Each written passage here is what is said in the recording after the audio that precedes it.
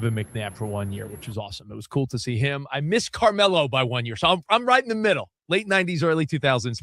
And I remember all the jocks, they called it Rocks for Jocks. Like they had this Geology 101 that was apparently like, what's this? A rock? You got an A. So, Come on. Like it was the Geology 101, Rocks for Jocks. I remember when I was in college, when I was sort of done taking my major courses and you had those electives, I had already got an offer for my first radio job, but I still wanted to finish school.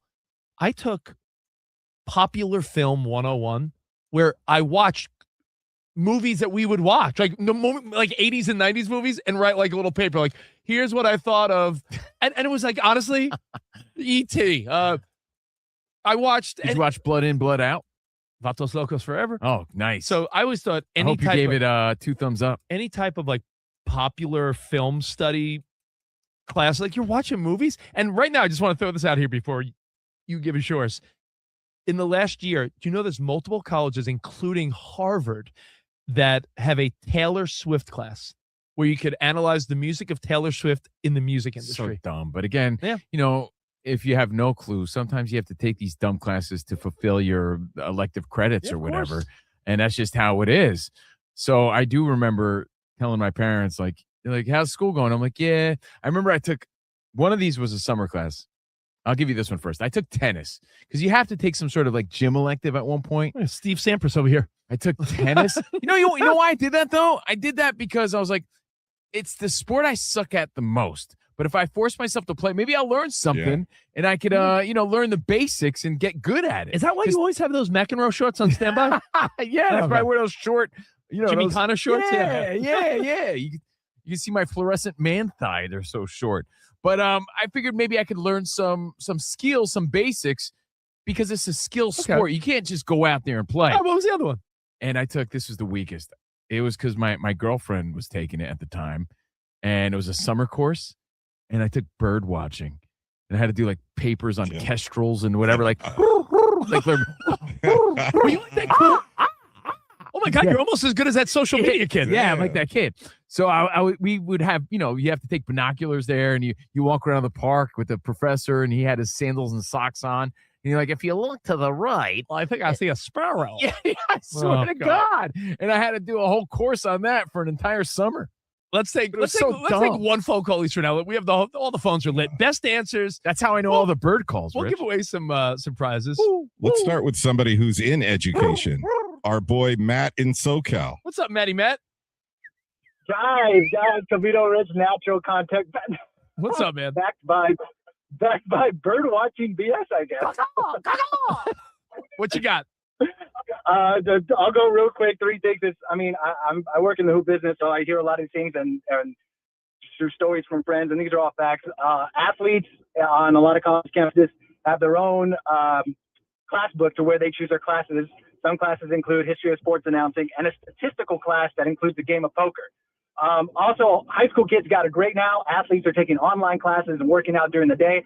And I had a friend who went to USC during their heyday, and he sat next to one of the, I don't want to drop names, top running backs during their heyday, and he happened to be a 5'4" Asian kid. Wow. Hey, man, we're going to get to all your phone calls. Thank you guys for chiming in. The dumbest classes you ever took. Plus, Brainwave and more. CNR right here on Fox Sports Radio. All your feedback now at 877-99 on Fox.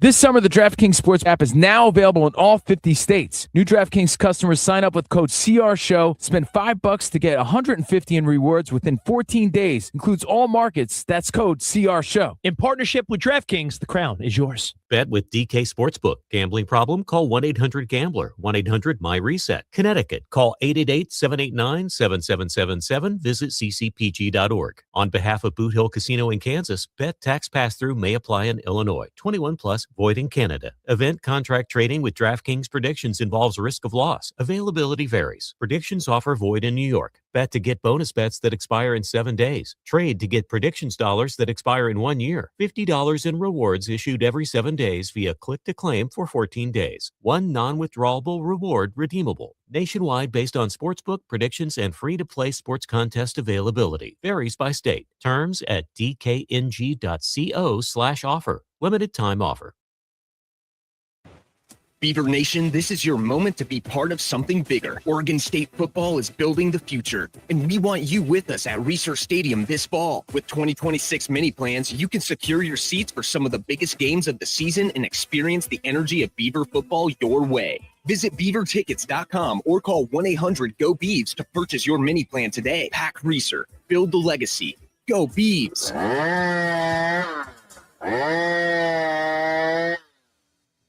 So what are you reading? I'm checking out the ratings on the new TVs, and it looks like Samsung, LG, and Sony got the best scores. Just like last year. What about those new high dynamic range TVs? They got the highest scores of all, but their prices are really high. Did you check online? Yeah, their prices were about the same. Well, there's one place where we can get a hot deal on those top-rated models. Where? At Video Only. Check out the ratings on TV stores. I see. Video Only scored better than the others. So if you want the best deal on the best TVs, then we should take our TV ratings and head over to top-rated Video Only. At Video Only, you won't find huge stores with refrigerators or microwaves, but you will find the best deals on top-rated TVs, soundbars, and monitors. Shop around. Just make sure you visit Video Only, because if you don't, you'll be sorry. In Jansen Beach, Clackamas, Beaverton, Salem, and Eugene. Video Only. I've seen it. I've covered it. I'm Alex Rogers, your local farmer's agent in West Eugene. When you need auto, home, life, or business insurance, Farmers can help you protect everything you've worked so hard to achieve. I really enjoy what I do, and I can help you understand all your coverage options. When I'm your farmer's agent, you're not stuck at the mercy of some computer. I'm your advocate when you need help. Visit my office today at 1154 Garfield Street here in Eugene, or give me a call at 541-284-2804. Even though the weather is getting warmer, many people in our community are still vulnerable and need your help.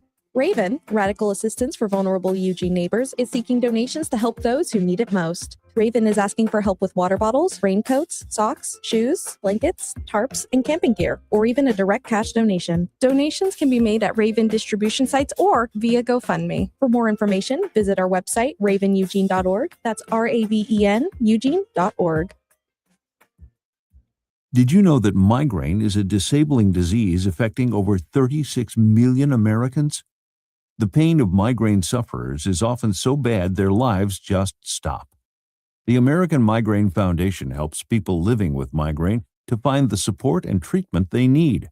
If you, a friend, or a family member suffer from migraine, go to AmericanMigraineFoundation.org to learn more, find help, and get connected. Make your move against migraine. This is a Sports Animal Sports Fight. I'm Justin Grossweiner. The Maxwell Football Club announced on Friday that Oregon defensive standouts Brandon Finney Jr., Mateo Uiagalelei, and Amari Washington are on the preseason watch list for the 2026 Chuck Bednarik Award, which is presented to the most outstanding defensive player in college football. The Las Vegas Raiders are going to let their quarterback competition between Kirk Cousins and Fernando Mendoza go down to the wire. Following the team's Week 2 preseason win over the Houston Texans, Raiders head coach Clint Kubiak denied to name a starter for the regular season. More preseason games tonight. The Steelers host the Jets at 4 o'clock. The Panthers travel to Everbank Stadium to play the Jaguars at 4:30, and the Broncos and Packers will face off in Denver at 6 o'clock. Sports Bites every hour or when news breaks. Follow us at sportsanimalEUG.com. I'm Justin Grossweiner. KORE Springfield, Eugene. I'm Danny Havel. You can listen to me on The Drive weekdays from 3 to 6 on the Sports Animal Eugene. Dude, I am totally stuck. 5, It's 4, about time. 3, My God! 2, Okay, it's happening. 1. Are you ready? Are you ready? I just got 3 things to say. God bless our troops. God bless America. And gentlemen, start your... You're listening to Oregon's premier afternoon sports show. This is The Drive.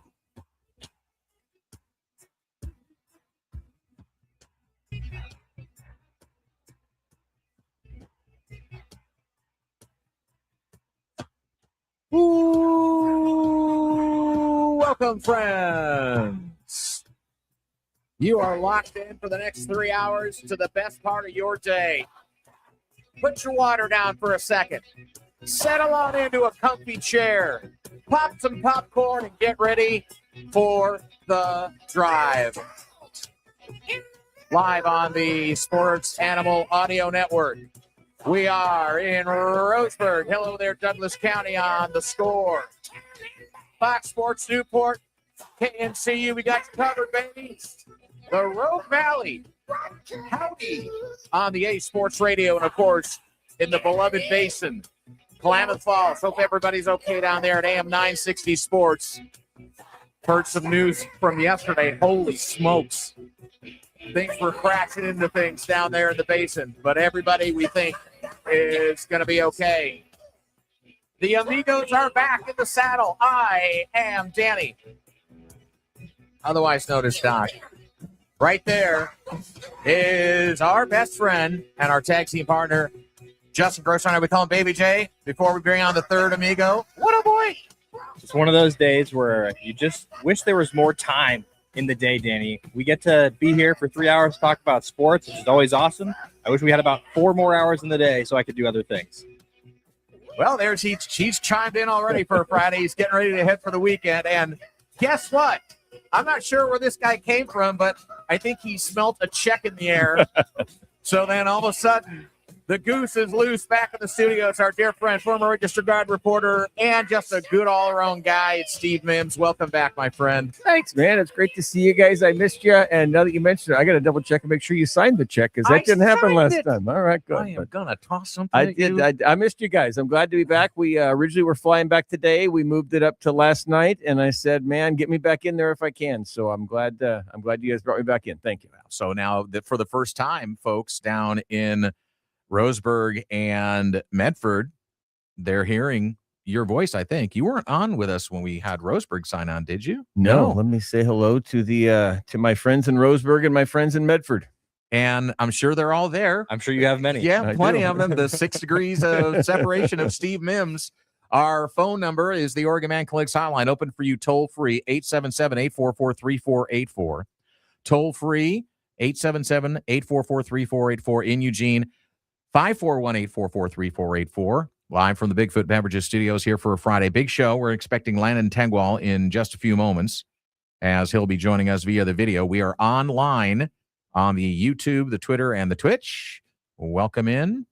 Justin and I can wave to the friends out there. Goose will stare. Oh, we got a smile out of Goose. That's awesome. Are you showered, by the way, after all you with the planes, trains, and automobiles? Trains, and slept in a little bit this morning. I will say that. Got in about 12:15 last night. My father-in-law comes to pick us up, and his car died at the airport. So we get there at 12:15, and he's got our dog in there who he was dog sitting, and my father-in-law and mother-in-law, I think they had the car on as they were waiting for us, and the plane was a little late. And so we turned it off and turned it on. And fortunately, there was a really nice employee out at the airport who had like one of those jumper cable things, just came right up, started it right up, and we got going. But we had a little delay on the flight and a little delay on the drive back. But hey, if they're listening, thank you to my father-in-law, my mother-in-law for taking care of the animals and picking us up. All right, and the airport pickup is always just the premier move in friendship or family. Especially when it's at 11 o'clock at night. So. We're going to hear more about your trip, the wild and crazy trip that started on the coast and then ended up in Iowa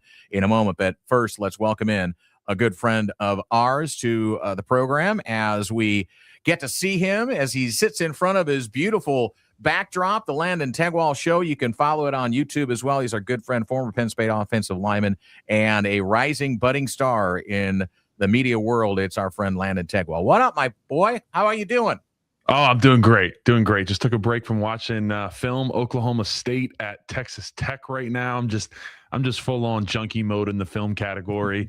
Enjoying. I am ready for the season. I cannot wait. That Saturday. Look, I'm ready for week 0. The slate isn't that good, but I'm just itching to watch some college football. As we are as well. Landon's going to be a regular guest, regular hit on Fridays during the college football season. So as a player, Landon, is this about the period of time where in fall camp and after you've had all your spring drills, you took a break, and then you come back, you're going hard at it in fall camp. Is this about the point as a player you're going, okay, man, I am tired of facing the guy across me that I know. I want to go hit somebody else in a different uniform? Or is that coming another week? Oh, no, that's this week, especially most schools. So, I mean, most schools start, it depends, but a lot of schools start school next week. So you kind of get out of camp. And no matter what, the week before, you start to kind of get out of camp mode and you switch over. And it's like, all right, we're going to start focusing on our week one opponent. And we're not going to be in, these full, because you can't do 2-a-days anymore, obviously. You get these like quasi walkthroughs in the mornings, and some coaches do them worse than others, but sometimes you'll be out there for an hour and a half. That's how James Franklin was, at least, and notorious for overdoing practice and whatnot. But we'd have like an hour and a half full speed walk through in the morning, not to mention a ton of meetings. And you come back, you have these long practices. Sometimes you have night meetings, and everybody's testy at this point in camp. It's day whatever, 14, 15. You don't know. You don't know what day it is at this point of the week, nor do you care. It's just get me back to my bed each night. That's the point of camp we are at. And I think everybody's very excited, as you said, to not go against the guy across from them that they've been going against every day for 16 plus days now. And it's like, all right, let's get into study. Let's study the opponent. And I'm ready to hit someone else that has a different colored jersey than myself. Landon, I love preseason hype. I know some people complain about it. I love it. But this year, the top 25s have been completely boring. It's the same top 7 in every one. Nobody is trying to be creative with this. I would say basically the same top 25, just in different orders. I would love for somebody to come in and have, a Rutgers at number 18, just to shake some up. Give me an ASU at number 9, just for somebody to have a creative idea. But it's like everybody's scared to go away from groupthink. Once the first poll comes out, they all do the same. Is there anybody that you think if the Landon poll came out that you would differ a little bit, whether that be somebody you'd have a little higher, somebody a little lower? Oh man, you're so right though. Like no one wants to make the mistake and be like, I'm gonna put this team up there. But if they had done that with ASU 2 years ago, they'd be geniuses. If somebody had said 2 years ago, hey, I'm putting ASU at 10, we'd have said at the end, that guy's a genius. Okay, no, we've got something here for you though, real quick. Justin, you want to jump in here real quick before Landon answers this question, because this helps. You jump in. You have the list in front of you. Well, I don't the kid's name again. Javon Edmonds from the Syracuse newspaper, the Syracuse Record. He put Oregon 10th. Yes. I love that. That's great. That is different. Give me something different. I don't want everybody having Oregon 1, 2, 3, or 4. Okay. That's great. All right, now move on. Now answer the question, Landon. Sorry, we diverted there for a second. Oh man, that's tough. A team that I am high on that I wouldn't necessarily put in the top 25, but I think could be a little bit of some game wreckers, especially in the SEC. I'm looking at Florida here. They've got a very good defense. Offensive line, very questionable. I dove into that. That's the first offensive line I studied where there was really no guy I was like high on. Normally every offensive line, I got like 1 to 2 guys. I'm like, all right, these are my guys on this O-line. There's really no one there. So a little worried about that. They have a quarterback battle, a guy that has stayed there in Tramel Jones Jr. Looks like he's probably going to win the job. And then Aaron Philo came over. He was the backup at Georgia Tech, came over with Buster Faulkner, the offensive coordinator now at Florida. That's a lot of people's sleeper team in the SEC. But that's someone I would throw up in there, maybe at 20 or something like that, even though they haven't fully earned it. But you're out of the Billy Napier era finally down there, and you got a coach that you believe in a lot. So that's my team I'll go with. I don't want to say the other team that I would rank maybe a little bit higher that is in the top 25. I'll just say it. It's Washington. So I don't know. We're fine with that. Yeah, we're fine. Okay, the last Oregon show. Guys, believe this or not, this is my 3rd Oregon show of the day today. I don't know what happened, but it's been jammed. Listen, and listen, every time I bring up anything Washington, they're like, positive Washington talk. That ain't the show. Yeah, we are not fanboys, okay? We are realists, all right? So you have a safe space here when you bring up Washington. I like Washington. I do like Damon Williams. I think this is an offensive line on the left side specifically. They're starting a true freshman, Cody Green at left tackle. I don't think he's Tommy Toffee, who's going to start as somewhere on the offensive line for Oregon, but still nonetheless a dang good starting true freshman offensive lineman, by the way, which is we're seeing that more and more around college football, which is an interesting progression where back in the day outside of Penn Sewell, you didn't see true freshmen starting when they got on campus. So I'm a fan of Washington from afar, but curious to see if Jed Fish can put it all together.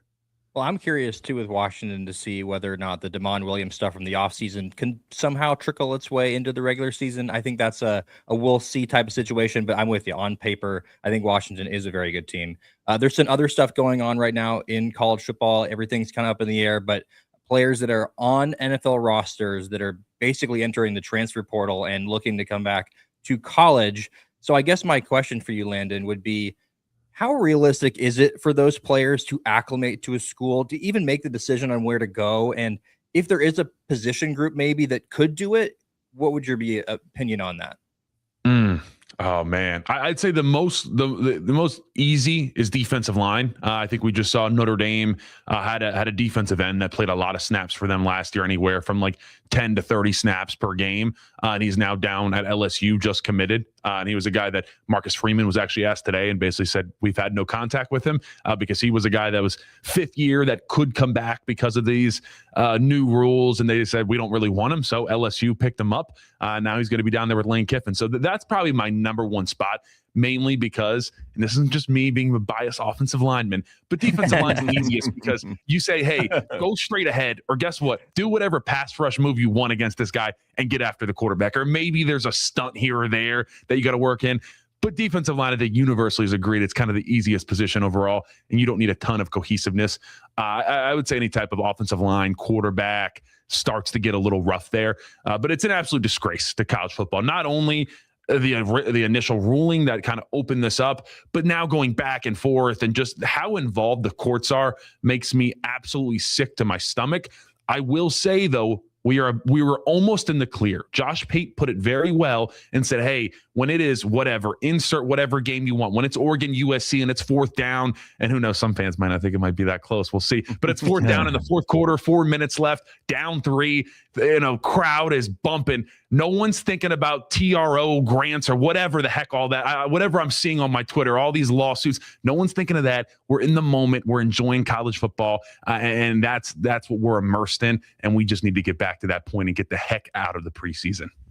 One of the more sane voices in the college football landscape. It's Landon Tengwall joining us. You can follow him on the socials at Landon Tengwall. Give him a follow on YouTube and watch his show. He joins us here on a weekly basis on The Drive, the Sports Animal Audio Network, live in Klamath Falls, Roseburg, Newport, in Medford, the Rogue Valley, and also up and down I-5, the corridor in Eugene and Springfield here on the originating station, the Sports Animal in Eugene. Landon, and you touched on it. So now another court ruling comes out today, belaying the other court ruling that was allowing these 5-and-5 guys to go through, and it affects Oregon State a bit because they've got a couple of players that they've been allowing to practice who now might need to get pulled off. And so, I mean, if you're a coach right now, would you even start taking a chance on these guys because they're taking reps from other guys, and they might not even be there if this last ruling holds by week 1, week 0, or week 2?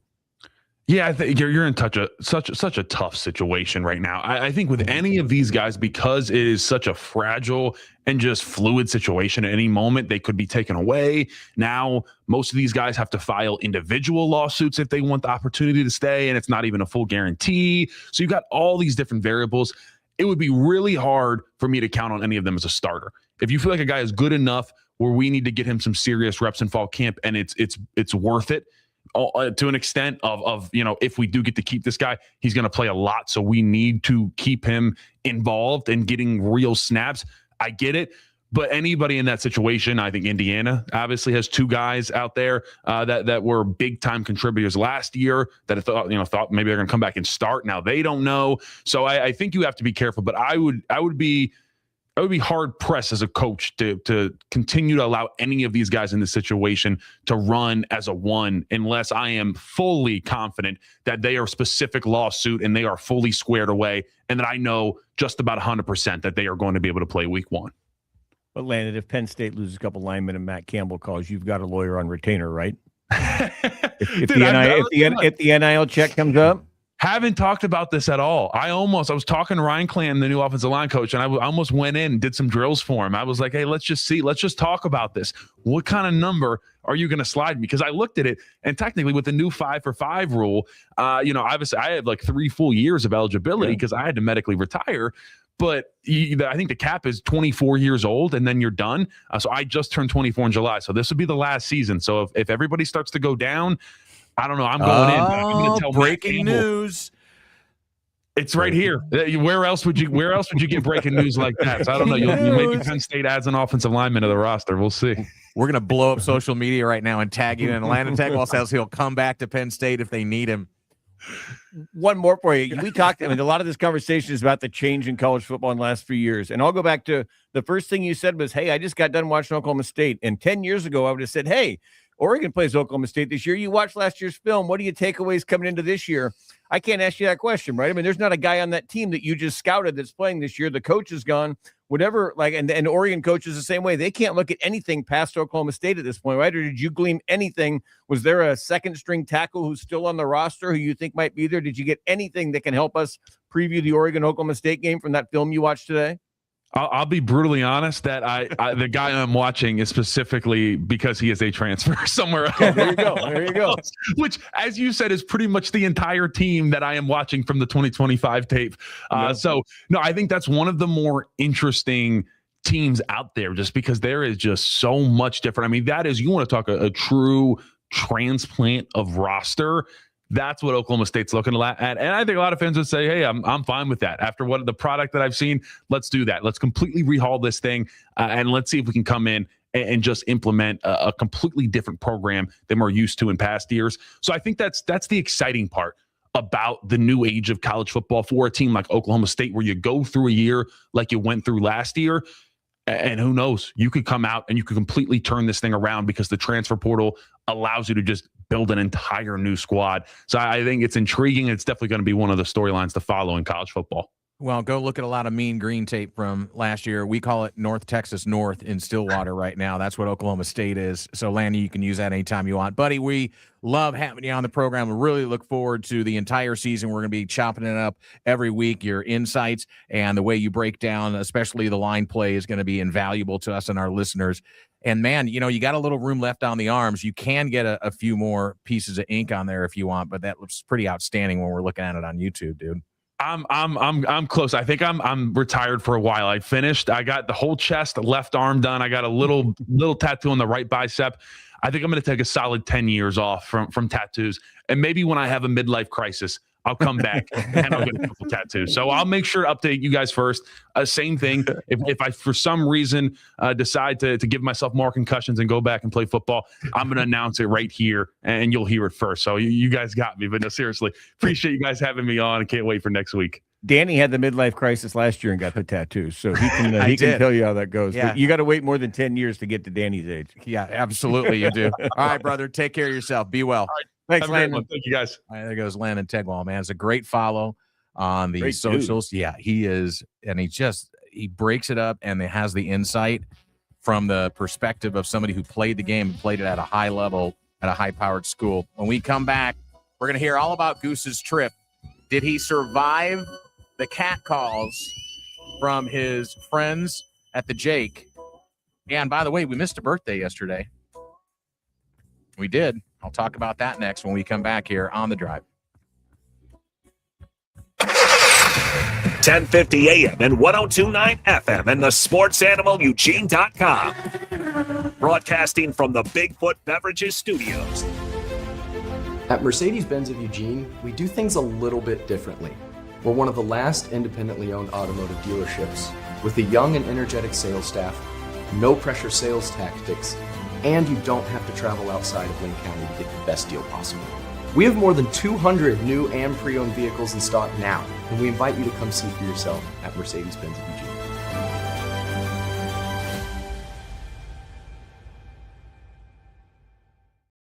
Hear you at mountaindew.com. That's mountaindew.com. Men like to get the most out of things. We expect results when we hit the gym, and we expect to finish our weekend to-do list. We also expect ourselves to never slow down, even when some things start to get a little harder. Low testosterone levels might be slowing you down. That's when Oregon Man Clinics step in. Sharpen your focus, regain energy levels, and improve your love life with treatment options tailored to you. Get the most out of being a man.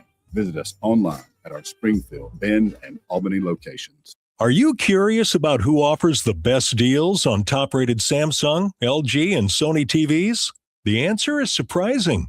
It's not online. And it's not the warehouse clubs. The best deals on top-rated TVs are at Video Only. Don't believe it? Then check out the trade-in deals at Video Only. How about $500 for your old TV? Try doing that online. Before you buy that new TV, drop into Video Only. If you don't, you'll be sorry. Babes, what are you doing? What? I'm just mowing the lawn. No, it's blazing hot and dry out here. Don't you remember? Smokey Bear says. Avoid using power equipment when it's windy or dry. Where'd you learn this? Oh, it's on SmokeyBear.com with many other wildfire prevention tips. Right. Thanks, Honey Bear. Because remember, only you can prevent wildfires. Brought to you by the USDA Forest Service, your state forester, and the Ad Council. We are the NFHS. That stands for the National Federation of State High School Associations.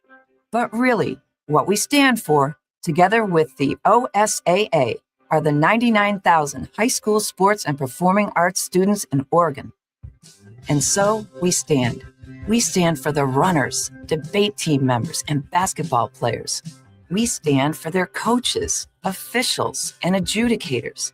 We stand for the drummers, football players, and actors. We stand for the golfers, singers, and swimmers. We stand as the national leader and advocate for these essential activities and all who participate in them and make them possible, because it is our purpose to ensure that high school students get to play, perform, and compete together. To learn more about who we are and what we stand for, visit nfhs.org. 1050 AM, 1029 FM, and the sportsanimaleugene.com. Other stations can say they cover the Ducks and Beavers, but we bring the receipts. You're listening to The Drive on the Sports Animal Eugene.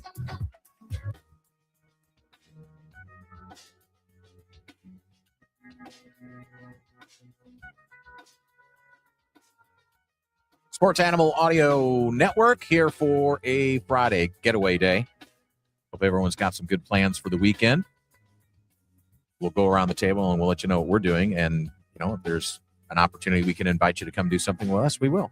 Maybe not this weekend, but future weekends. Of course, we got game days coming up. We'll have the unauthorized tailgate show. We've got some affiliates. I'll be picking up that when we start our Oregon Duck coverage as we get ready for Boise State on September 5th.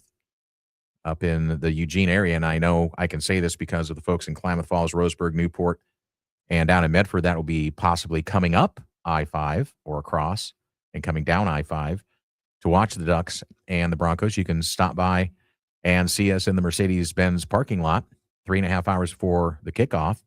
We'll be out there with our tent and some food and comments on what's going to happen, not just in the Big Ten, but Pac-12 as well throughout the entire season. So all the home games, and they're right there on MLK Boulevard. It's a very easy walk from where our location is right up to Autzen Stadium. You'll walk right past the new practice facility, and there we are.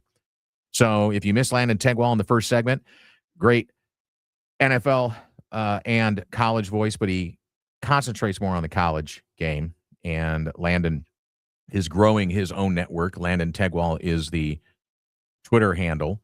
And you can also watch his videos on YouTube, but you can go back to our video as well on YouTube, Twitter, and Twitch and watch it in its entirety. I'm sure we'll have some stuff chopped up as well on all our socials, Sports Animal EUG. Danny, there's Steve. He's back. And Justin, coming up top of next hour, John Canzano is going to join us. John has an announcement about returning to terrestrial radio. So we'll listen to what the man who originated the bald-faced truth has to say in the 4 o'clock hour. Klay Thompson signs with the Miami Heat.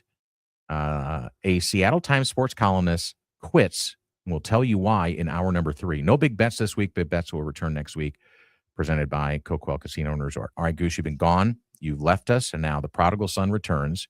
But you had 2 things you were doing. You were out playing golf with some friends in a memorial tournament called the Jake up at Gerhardt. You were the 2-time champion. So let's start there. And first of all, no longer holding the king. The king is dead. Long live the king. Yeah, we have the one of Jake's had an old Red Sox jersey. So our green jacket is a Red Sox jersey. And after 2 years, I had to give it to a. So do you get to keep it during the year then? For and 2 then you years. bring it back. And a trophy, and you get the scoreboard. So you get a lot. So my trip home wasn't. I would just tell you, it started with first hole, nice drive. Second shot, just left of the green. Pitch up to 8 feet, feeling good, and 4-jacked from 8 feet to get her started. Went about 5 feet past, 3 feet on a cumbucker. Got a little nervous and knocked it right. Knocked in for a 7. It didn't get much better. I finished 7th, but I did defeat Jason Quick, who was our guest the day before. Jason Quick finished 8th. And we had a 3-way tie for first this year, including Smokin' Joe Freeman. So the next time Smokin' Joe comes on, Joe shot 88 in the final. Joe's like a 26 handicap. He shot 88 in the final round. Wow. Yeah. And was it a scorecard playoff? It was no, we tried to ask the people here. We're like, hey, we got 3 guys tied. Can we just go out and play this thing off? And the guy's response was, not at this course, you don't. And we were like, huh? And he's like, yeah, maybe you can come back in like 3 hours. We were like, and we weren't going to do a putt off. So they decided just to share it. So we had three co-medalists, triple champs. Selfishly, we have to ask, how was the abuse that you got for your nickname? There was a lot for the nickname. Yeah. I was probably called Goose 152 times during the weekend. There was a lot of that. And unfortunately, you guys put the podcast out there. So some people were able to go back and find the podcast and played the part where Jason said something. And I was like, I'm never going to hear the end of this. And they replayed that over and over. So I took some heat. I'm not pinning my 101.98 at all on that. It was all my own lack of golf skill for that. But I did take a lot of heat over the Goose, and I told Quick we're going to get him back on twice because I got to come up with a nickname for him now. And when he comes on, so that I can, anytime he starts mocking me for a name that he doesn't understand, I can have something even worse for him. Hopefully, that's awesome. But a good time was had by all. We had a very good time there. And then you turn around, jump on a plane, and you head to Iowa. Go back Sunday. Flew out Monday. My son checked into the dorms. So Wednesday, I'm losing track of days, but Wednesday was move-in day to the dorm. Okay. So we get 3 hours, and then the roommate gets 3 hours. And my wife had been out there 2 days before me with him. So they had spent 2 days basically at Target and Walmart just buying stuff to, So you didn't ship a lot of stuff out. We didn't ship ship clothes. We filled up some big suitcases to have like an extra suitcase.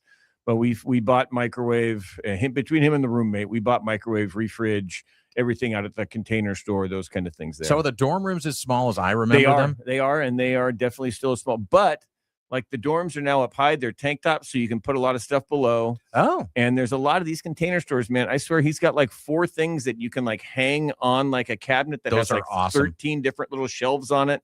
So you can make a lot more of the space. So it was cool. We didn't know who the roommate was. We knew it was a kid from Missouri. Turned out to be a really good kid who turns out he's a lot like Caden. And people who know my son know that he's more into math than sports. Couldn't be a kinder and a smarter human being. It might be a little undersized in the world. So I was kind of worried he was going to end up with some high school quarterback who comes in there and it's, exact opposite. But the other kid was just as kind. And we went out to dinner that night with his parents who seemed wonderful. So we left feeling really good about that. And then Thursday morning, you get it at 9 o'clock. They take him and they have this welcome weekend. They're like, parents, you're not going to see him again. So you got to be done. So we went and had a breakfast at 7 and it was great and said goodbye, but it was really hard. I'm not going to make it out there for Parents' Day. My wife and my daughter are going to go for that. So I'm not going to see him until Christmas. I left feeling great that he's in a really good spot. He's a really good school. He's really excited about it. He's had a couple good days, but I tell you what, man, you see your kid gone for 24 hours. No, you're not going to see him for 4 months. I miss the bleep out of that kid already right now. And that's been the tough part. Yeah. But I can tell you that I'm just thrilled that it was such a good experience for him. He feels like he's in a good place. It's interesting. For years, I drove him to school every day, pick him up. We talk all the time. And now I'll get a text from him and it's like the most exciting part of my day. It's only been 2 days, but I get a text from him now and it's like, oh my God, he's thinking about me. This is cool, and it's very sweet. And so I miss that kid like crazy. And that's been hard, but I'm just thrilled where he's at. We had a great weekend out there, man. If anybody needs to, I'm telling you, Drake seems like a great place. And boy, Des Moines, we've been out to Des Moines twice now. And it is wonderful. We went to the Iowa State Fair, which is like the 3rd largest in the country. There's like Texas, which is when the Oklahoma-Texas game is being played. Right. And then there's like some other Midwest and then the Iowa State Fair. And we went out there for like 6 hours and I don't think we still saw all of it. It was unbelievable. So we got to see a lot of things, but we got to experience our Iowa State Fair this year. So Des Moines was where we would say, when I was working with Kansas State, that's where we would stay. There aren't enough hotels with conference rooms big enough for football teams in Ames. So you have to stay in Des Moines. Yeah. And so I got to know Des Moines really well because I wasn't in team meetings or whatever. I was, we were able to go do our own things. Justin, do you remember when you like the first time you moved to be on campus or around campus at University of Oregon? Do you remember what that was like for you? Yes, it was very exciting. I had a long road here, so I was very intentional about coming to the University of Oregon, and it was thrilling for me because I had not done well in high school. I had enough to get into the University of Alaska, but I knew that wasn't a place that I wanted to be in long term. I ended up in Oregon, in Portland, where my mom was, and so I had to take some time there, getting state residency, kind of doing it the right way, and then getting to the University of Oregon was a thrill for me. Was your mom verklempt when when you left? No, she was not. No, No. Yeah, I left by that in, time. It's like, please, out the door. Right, exactly. Because I had left previously to go to the University of Alaska. And really, actually, she left. I stayed in Alaska, and she left. And it's a long story. No, it's kind of like what happened with me in Southern Oregon. My parents moved away to LeGrand, and I stayed behind my freshman year because I graduated from Ashland High, and in between my senior and my freshman year in college, it was like they're out the door and they're picking up everything. It's like no, the house is sold. But you gotta go find someplace the difference else. with both of you is if you got really homesick, the parents could drive and find you. Oh yeah, we ain't driving to Right. Des Moines, so I know I'm not seeing it for a while. And one thing Justin will enjoy, and you probably too, Danny. Yeah, we stayed downtown Des Moines, and I went Thursday morning for a run. And part of it, I ended up going to Principal Park where the Iowa Cubs are, and went for a little jog around there. And it was obviously closed up. They had been home, I think, Sunday, but by the time I got there, they were on the road. But I saw pictures of Jerome Walton and some former great Chicago Cubs just as I ran around the building. That's So cool. I meant to take a picture, but I was too busy trying to not pass out from running in the morning in Iowa. Well, Goose, it's been a long, crazy trip for you. Your Glad to trip be around back. the world, I'm but glad to be back. we're It was- very glad to have you back. And I'm back for the long run now. I promise you. There might be a miss here or there, but I got no more long PTO time coming up. I promise you, boss. I'll be back I'm in for the long haul, at least till the football season's over. I was going to say, you just wait every 2 weeks and you'll get a check. It doesn't matter. That's when he shows up every couple of weeks. Let's take our break. By the way, wishing a big belated happy birthday. I can't believe I missed this because I've known this for years, and I love that I share a birthday with Rich Brooks. No, well, happy birthday to you.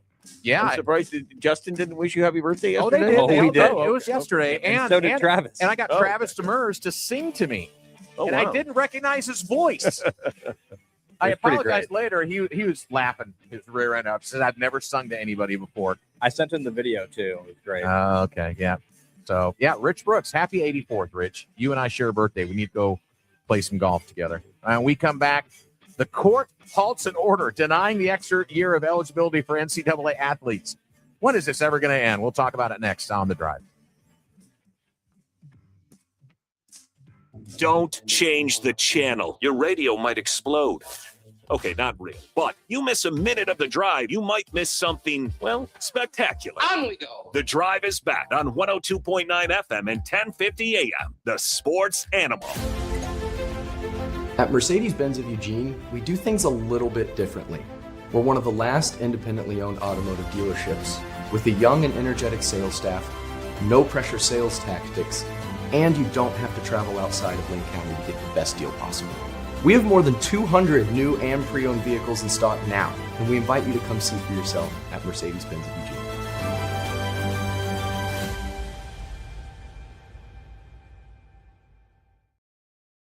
Pay it off sooner and move on with your life. I love it. And we have a great selection of Energy Star certified Milgard windows and Milgard doors. I got coffee brewing. To throw at that last guy.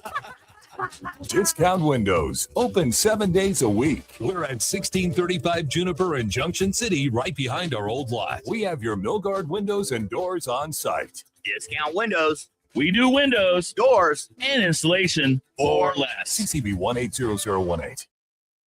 Make the most of your summer with an end-of-season road trip and some fantastic savings on a new Chevy or GMC at Kendall Chevrolet GMC of Eugene. Lease a new 2026 Chevy Silverado 1500 LT Crew Cab 4x4 at just $395 per month for 36 months with $2,895 cash or trade equity due at signing. or get 0% APR. Take $10,000 off MSRP on a new 2026 GMC Sierra 3500 Denali Ultimate Crew Cab 4x4. Stop by Kendall Chevrolet GMC of Eugene and save today. Kendall, let's start something great. VIN number TC419764 and TF249826. $0 security deposit based on 10,000 miles per year. See lease posting at Kendall Chevrolet GMC or call 877-371-8620 for complete lease details. 0% APR for up to 60 months with $1,667 for $1,000 borrowed. All financing on approved credit. Price does not include title registration or tax. Subject to prior sales. See dealer for details. Offer expires 8/31/26.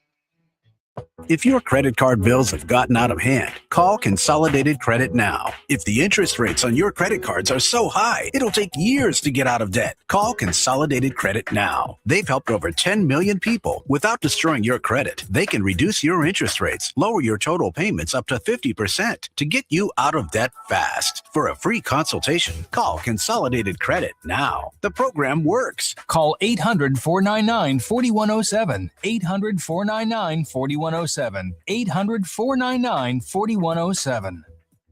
Consolidated Credit Solutions Incorporated, 5701 West Sunrise Boulevard, Fort Lauderdale, Florida 33313. Licensed by the New York Department of Financial Services and by the Vermont Department of Financial Regulation. Kansas CSO 0019051. Maryland DM 1492. Oregon DM 892. Licensed by the Virginia State Corporation Commission. License number TC83. Service may adversely affect the individual's credit. Non-payment of debt may lead to additional finance charges or collections activity, including legal action. Actual interest rates, length of program, and monthly payment reductions will vary by consumer and creditor. Yours could be higher or lower. Not a loan company. We do not lend money. Sometimes they're right. Rest my case. Sometimes they're wrong. You want the truth. You can't handle the truth. But no ears were harmed in the making of their disagreements. I don't know what we're yelling about. You're listening to The Drive on the Sports Animal Eugene.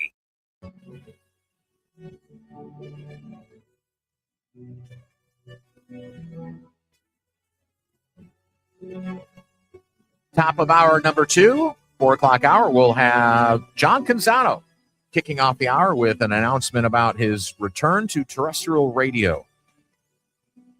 Be good. He'll be telling us what he's been up to and what the new show is going to be.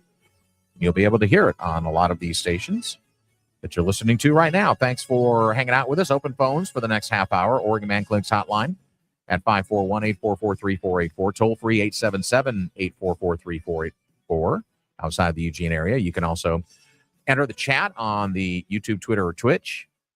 You're in there, you can type out a question. We'll put it up on the air. We'll ask it and try and answer it if we can. I'm Danny. There's Steve. He's back in the saddle. And Justin Grossweiner is joining us as well, as he always does, producing the show. And again, live from the Bigfoot Beverages Studios, this is The Drive. NCAA wins a battle in court. The 10th Circuit Court of Appeal has granted the NCAA a stay. The order reverses a federal judge's decision that previously opened the door for all athletes who started college in the 2022-23 academic year and played for 4 consecutive seasons to return for a 5th. So he said, or they said, I guess that wasn't a he, it's a they, that the schools can be informed that the association's eligibility rules are back in effect. So this is really throwing some programs into some disarray, and it does affect Oregon State because 2 of the players that they thought they would be able to get back, offensive lineman Van Wells and defensive back Jaheim Patterson, who have been practicing with the team, just started practicing with the team again and are taking some first-team reps. That means they're done again if this thing holds. Yeah, by Monday we might have another stay, and then another state might come in, and maybe the Oregon Spring. I mean, this whole thing's been impossible to try to follow, but also just to your point that it might be disrupting some teams. If coaches were relying in any major way on somebody who they thought had graduated and then just became eligible and brought them in, that's on them, because these were roster additions that were coming in July, August and stuff. And if your lineup, if you were counting on something after spring ball, then that's on the coaches. Well, but in a program that's in a total rebuild like an Oregon State or even like an Oklahoma State, you might be taking away a key piece that could help you this year and help you with the transition.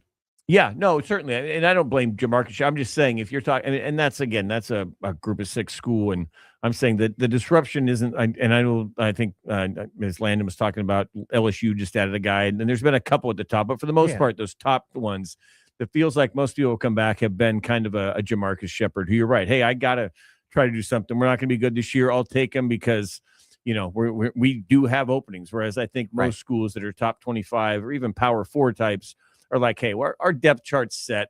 We don't have any more NIL money at this time. You don't hear this. That. You only hear this with Oregon. And and if you have your, nowadays we have roster limits. It used to be scholarship limits. Now it's roster limits. So I'm assuming that Oregon State wasn't at the limit. But if a team like Oregon State had been at the limit and brought back 2, that also means they would have cut 2 people who they would have told that would have been on.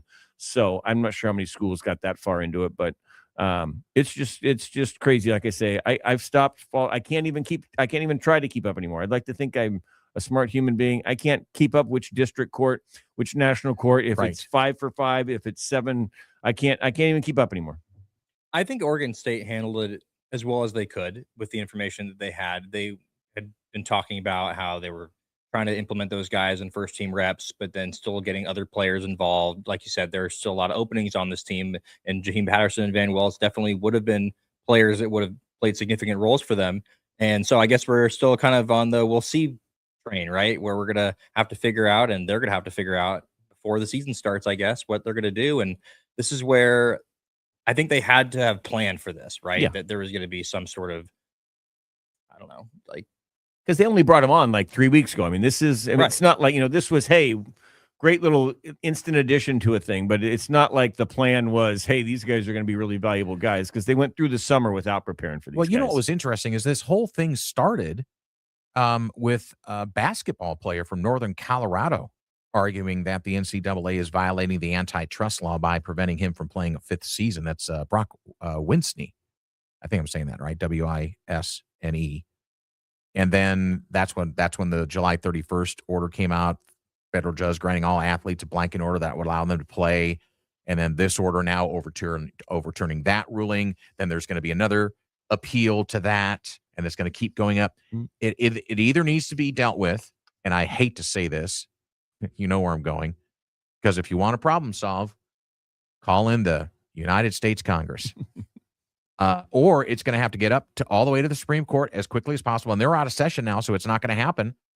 So that their term's over for now, so it's not going to get heard. So I don't know how many more appeals or how many more levels it can go through before it's finally resolved. But I think I agree with your point, Goose, is that the coaches that are affected by this, they have to understand that it is possibly disrupting to their team. But at the same time, I can see some of the coaches that are punching up a bit needing something like this. But I was kind of surprised LSU was dipping into this at all. But I mean, you don't hear this being a problem at Ohio State or Michigan or Oregon or Washington or USC. It seems to be it's more the Oregon States and the Oklahoma States and the Tulsas or the North Texas states that this could be affecting more. I guess my question would be, in the angle we haven't touched on, is do we think these players should be playing? Like, what do we actually think the ruling should be? Well, if they're going to be let me jump in. If they're going to be doing away with red shirts, then I'm fine with 5 for 5. Yeah. If they're going to be doing away with red shirts, then we don't have to worry about counting games. We don't have to be doing that monopoly thing of, are they going to play more than 4 games? Are they going to get into a 4th game? Because now it's like, well, they're going to burn that red shirt year. So a kid who only appears in 4 games and a quarter, now he's burned an entire year because of an injury to somebody else that was starting. It's not necessarily the fairest thing to him either. So your basically scenario would be that you can just play for 5 seasons. Yeah, but then then you get rid of the red shirt. Right. So that's right. Yeah. Which was the whole idea behind it. Yeah. I think the NCAA screwed up when, and you can fill in 48 different things. But when they decided, when this ruling came in that they were going to go to 5 for 5, and they said, hey, anybody who's played 4 years is going to get that free 5th year. Or no, anybody who's played, if you've redshirted, but if you've already played 4 for 4, you don't get the 5th. Anybody who has only played 3, and at that point you open yourself up to lawsuits, and you knew that was going to happen. Anybody, the TK Simpkins, the Oregon guard, is a perfect example of that. Somebody who had played 4 years, so a guy who had been in his class but just happened to redshirt 1 year gets an extra season. So the NCAA should know at that point. I'm okay actually with these ones. I have a bigger issue with the folks who are, 27 years old and played in the G League for a couple years type things. But for this one here, I think the NCAA should have just grandfathered everybody in and said, hey, anybody from this class at 22, instead of saying if you redshirted You're going to change it. We're just going to make this 5 for 5 for everybody on there. And the last thing I'll say is when you said you're surprised LSU is getting involved, Lane Kiffin's LSU's coach. Let's not be surprised if he's doing any sort of roster maneuvering.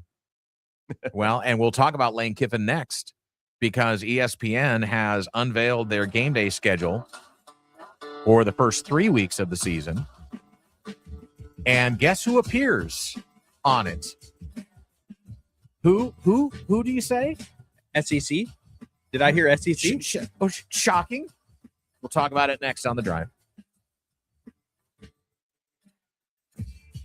Nothing is too big for the sports animal to handle. That's what she said.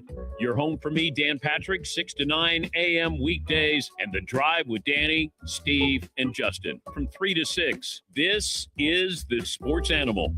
It kind of sneaks up on you. You're more tired than you should be, a little less focused, a little less motivated. Maybe you've gained a little weight. It's normal. A lot of men experience it, but that doesn't mean you have to live with it.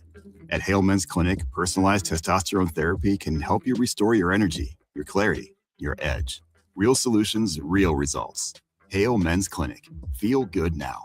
Curious about your levels? Walk into Hale Men's Clinic in Eugene, Bend, or Roseburg for your free testosterone test today. More info at halemensclinic.com. At Sun Automotive, we are changing the image of the automotive industry. Our country depends upon cars and trucks. And our automotive technicians are the essential workers that keep families safe and businesses moving. At Sun Automotive, being an automotive technician isn't a plan B. It's a future and an important career that challenges you to grow and gives you the satisfaction of keeping people safe and on the road. For the best service under the sun, come to Sun Automotive. The plans you have for your property need the right equipment. Kubota has reliable tractors, utility vehicles, and mowers to help you make the most of your land, along with strong dealer support. Stop by today to explore our lineup. Right now, bring home select Kubota equipment for 0% financing or save up to $3,500, plus a first-year K-maintenance service on us. Now through September 30th. See us or go to KubotaUSA.com/disclaimers for full disclaimer. Mid-Valley Tractor in Eugene. 40 years, family owned. Find them at midvalleytractor.com. Hi, this is Drew from Dalton Carpet on West 11th in Eugene. Dalton Carpet is family owned and operated and proud to serve you for 30 years. Now more than ever, someone you know is walking on a Dalton floor. Do you have a flooring project? Get your summer off to a new start. Lane County's best selection with hundreds of rolls of carpet and thousands of feet of click-together flooring on display and in stock right now at unbeatable prices. Come see us today at Dalton Carpet, right here on West 11th in Eugene. I'm a veteran. My victory was admitting I had PTSD and getting help. As America's veterans face challenges, DAV is there. I no longer see it as a weakness, but as a sign of strength. I call it post-traumatic growth. DAV provides a lifetime of support, helping veterans of every generation get the benefits they've earned. I am a veteran. I lost both legs in Vietnam. Every year, DAV helps more than 1 million veterans so they can reach victories great and small. My victory was getting my benefits and a good education. I'm a veteran. When I got out, I felt like nowhere was safe. My victory was finding the help I needed. But there's more to be done and more victories to be won. Thanks to DAV, now I feel like I'm human again. Help support more victories for veterans. Go to DAV.org. 1050 AM and 1029 FM and the sportsanimalueugene.com. Broadcasting from the Bigfoot Beverages Studios. You're listening to The Drive on the Sports Animal Eugene.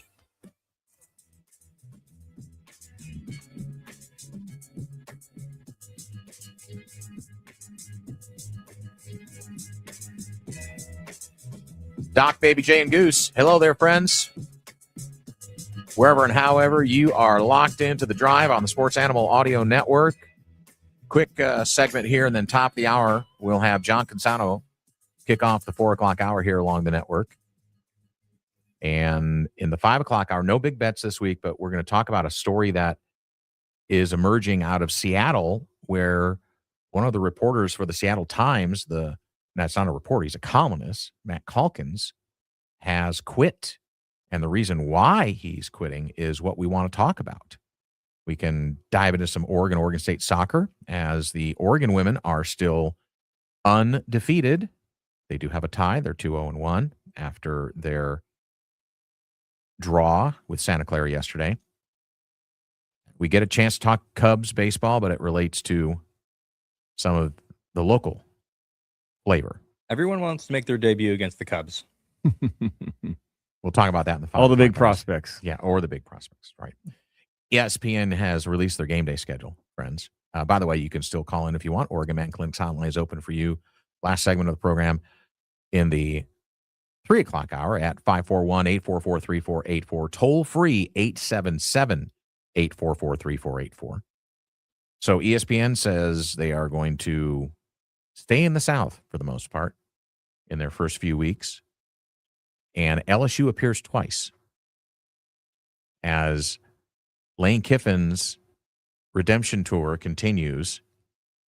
And it's so tasty for ESPN to have that week 3 matchup as Lane returns for the first time since he spurned the folks in Oxford, Mississippi, as LSU will take on Ole Miss.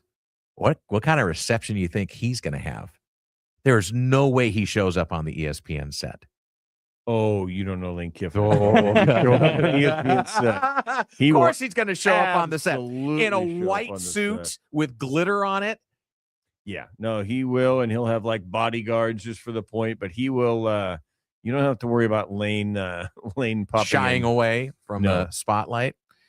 But I mean, I'd rather ask this. What do you guys, has game day become tired to you, or do you feel like it's, with the whole Pat McAfee thing and Nick Saban, and has it become tired, or to me, it's not like the appointment watch that I used to have with it. It's tired for me. I actually think Saban's pretty good. The last few years when they had Lee Corso on there, and he clearly probably shouldn't have been there, drove me a little crazy. I thought they should have let him get out of there a little sooner. McAfee, I'm not a big fan of. To me, more, it's just, I don't need a 3-hour pregame show for college football. I follow college football during the week. I know enough that's going on. If I tune it in, at 8:30 or something maybe, but it's not 6 to 9 for me anymore. I remember when game day first started coming to Oregon, when I was the Register Guard, and we would send a reporter out there, game day's here, like the first couple. And by like the third or the fourth, it was like, are we still sending? It's like, no, it's the same thing. And the same story. Cool when they go to the new places or something like that. But yeah, I think for Oregon fans, for some reason, it still makes it. Oregon's an elite college program. They don't need game day to validate that, but Oregon fans still seem to have this, hey, we're on game day. And I don't really get that as much either, because I don't think it's as big of a deal nationally anymore. At least it's not for me. And neither is the Big Fox kickoff either. I don't need to get up and watch, again, 3 hours of college football preview shows. Just let me know when the game's kicking off at 9. Goose, I've been in the business of saying brave things since you've been gone. And I'm going to say something else brave today. I never really cared. Yeah. I never really was that into it anyway. So it really isn't that big of a deal to me. I will say this. I know I've built my entire brand on being the SEC hater around here. But what do you mean? You got a brand? Yeah, my personal brand is great. I love this. He's got I need to get a brand. You do. It's called the Sports Animal Eugene Bulldog Media. Bulldog Media. Exactly. I was going to say, I do think that if you look at the games, they're probably the best games that they pick. Absolutely. I think they're the best games. Because it's a really bad opening week schedule. You could argue that Oregon Boise State might be the best game, actually, but you're going to go to Clemson LSU because that's Death Valley. Week 2 is Ohio State Texas. That's 1 versus 5. Yeah. And LSU will miss, even if they were 19-25, you're ranked 19-25th, you're still going there because of the drama that's going to be there that week. So those were 100%. Those were some obvious ones for that. And I'm with you. I've never been very into the game day thing either. I'm surprised a little bit how much people are, but And the other part of it is it's kind of like Saturday Night Live. If I don't watch it and something funny happens, if I turn onto my Twitter at 9 a.m. on Saturday, you're going to see it. There's a bunch of stuff. If Dan Lanning, stood up and took his shirt off with Pat McAfee and chugged a beer at 6:30 in the morning, or probably not on a game day, maybe a Diet Coke or something, I know that by the time I come on, I'm going to see it. And whatever people are talking about that was on, I'm going to see it. And it's just one of those things these days that you don't have to watch it to catch the highlights. Well, it's crazy. It's its 40th season, and their 500th road show will be at LSU in Baton Rouge. By the way, how do you feel about 2.5-hour pregame shows? I love those. Okay. Especially if it's solely focused on the Oregon Ducks, Oregon State Beavers, and local content and not spread across national content. Good. I got something to talk to you about then right after we're done with this And segment. if the hosts are really handsome, I think it's even better. Coming up top of the hour, Mr. John Canzano is going to bless us with his presence here on our little program. The Drive continues here on the Sports Animal Audio Network.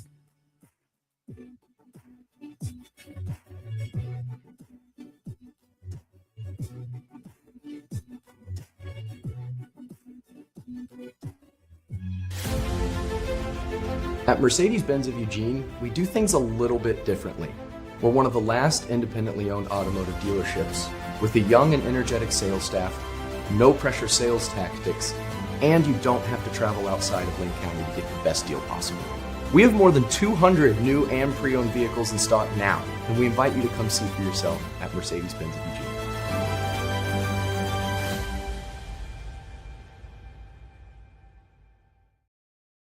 You visit the Colosseum. When you're in France, you visit the Eiffel Tower. And when you're in Eugene, you visit Tracktown Pizza, Eugene's best pizza and a Eugene cultural icon for over 40 years. Tracktown Pizza has 2 locations, across from the U of O campus in Eugene and on 58th and A in Springfield. Tracktown Pizza, the best pizza in town. Call 541-284-8484 or visit tracktownpizza.com. I've seen it, I've covered it. I'm Alex Rogers, your local farmer's agent in West Eugene. When you need auto, home, life, or business insurance, Farmers can help you protect everything you've worked so hard to achieve. I really enjoy what I do, and I can help you understand all your coverage options. When I'm your farmer's agent, you're not stuck at the mercy of some computer. I'm your advocate when you need help. Visit my office today at 1154 Garfield Street here in Eugene, or give me a call at 541-284-2804. Almost every car made over the last 10 years has a camera. Did you know that when you replace a windshield, the camera needs recalibrated? If your glass provider doesn't fix the camera, you could have issues with safety features like forward collision alert, adaptive cruise control, or emergency braking. Don't trust some guy in a truck to fix or replace your windshield and then have to make a second appointment to calibrate your camera. You need Olson's Auto Glass, 2041 West 7th Avenue in Eugene. Olson's Auto Glass, repairing windshields since 1938. Millions of Americans are glued to their TV weekly, watching a sport they love.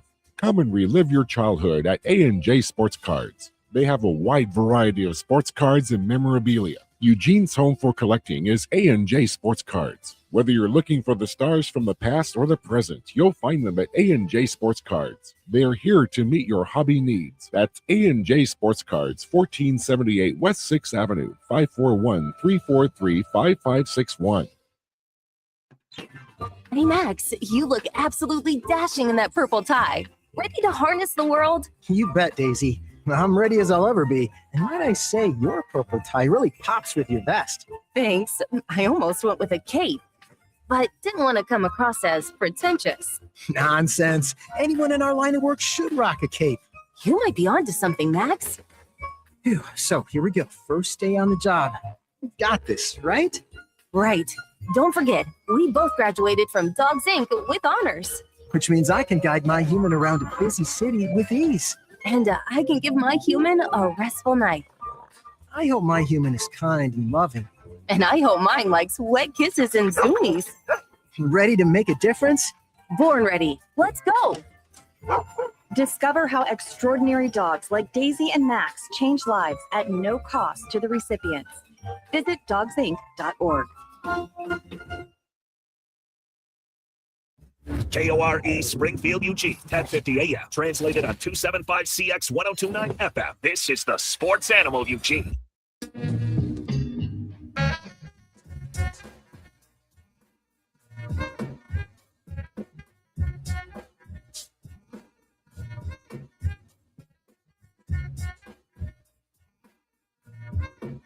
With the Timberwolves link sale, NBA franchises have been sold. How many now? 8 have been sold in the last 5 years. Will this trend continue? We'll talk about later this hour. And Seattle Times sports columnist Matt Calkins quits. We'll discuss why in hour number 3 here on The Drive, the Sports Animal Audio Network. Live in Medford, Klamath Falls, Roseburgs, Newport, going to be soon in Coos Bay. We're talking some folks in Albany as well. We're stretching out. People are hearing us. We're spreading, gathering up Southern Oregon. We're marching through. Thanks for tuning in. Our toll-free number, 877-844-3484, toll-free. And then in Eugene on the Oregon Man Clinic hotline, 541-844-3484. We're going to lock it up for a second, though, as we head on over to that telephone and welcome in a familiar voice to folks throughout the state of Oregon and all those stations that I mentioned. And it's our good friend, John Canzano, who has got an announcement that I think is going to make his fans very happy. John, welcome to the program. Hey, man. How you doing? Just, kicking rocks here and, waiting for the weekend, just hanging out. I own a radio station now, John. I don't know what to do with myself. This is like a sitcom. Didn't they make a sitcom about this? WKRP? Oh, yeah. You've got you should living the life. Yeah, you should hear what we're going to do for Thanksgiving. I got a helicopter and everything. I'm ready to go. I love that. I love it. No, I'm happy to be back on, and Monday's going to be big. I don't know how much you've talked about this, but we're back on Monday.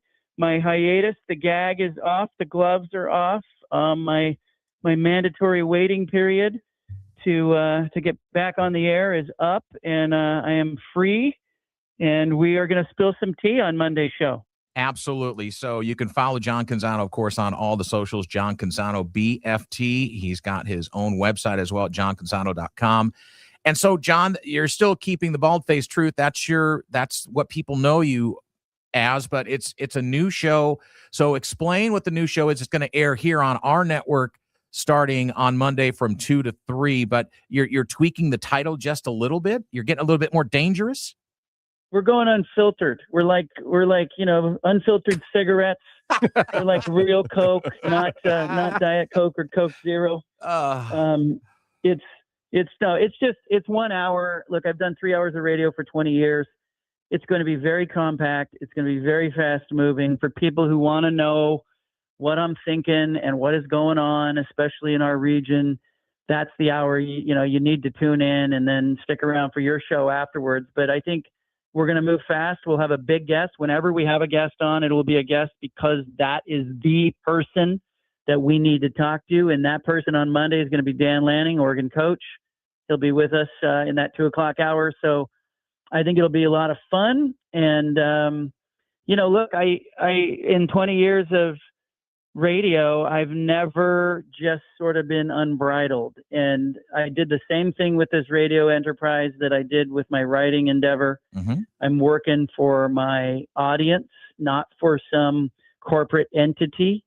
Small business owners out there and people who are entrepreneurs and who have taken a leap of faith or bet on themselves will relate deeply to the exhilaration and the pressure and the liberation that you feel in going out on your own. But we're going to do that from a radio format where I'm syndicating the show myself across the state of Oregon with your help and the station's help, and in Portland as well, and then all the way into Boise, Idaho now, and eventually into Spokane and then in parts of Washington. So I think, we're going to do a great hour, and it's going to be rich. It'll be fast moving, and there won't be any fat on that thing.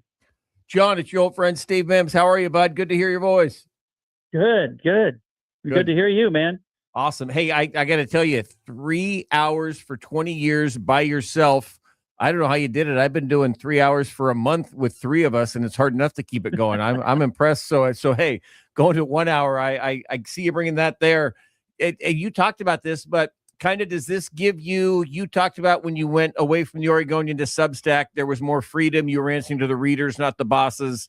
Same thing with radio, right? You're now no longer have, we've seen some columns spiked, etc., or some people muted in the media recently. This is kind of you, and you say unfiltered, but this is kind of the freedom that you got in writing through Substack now comes through this on radio.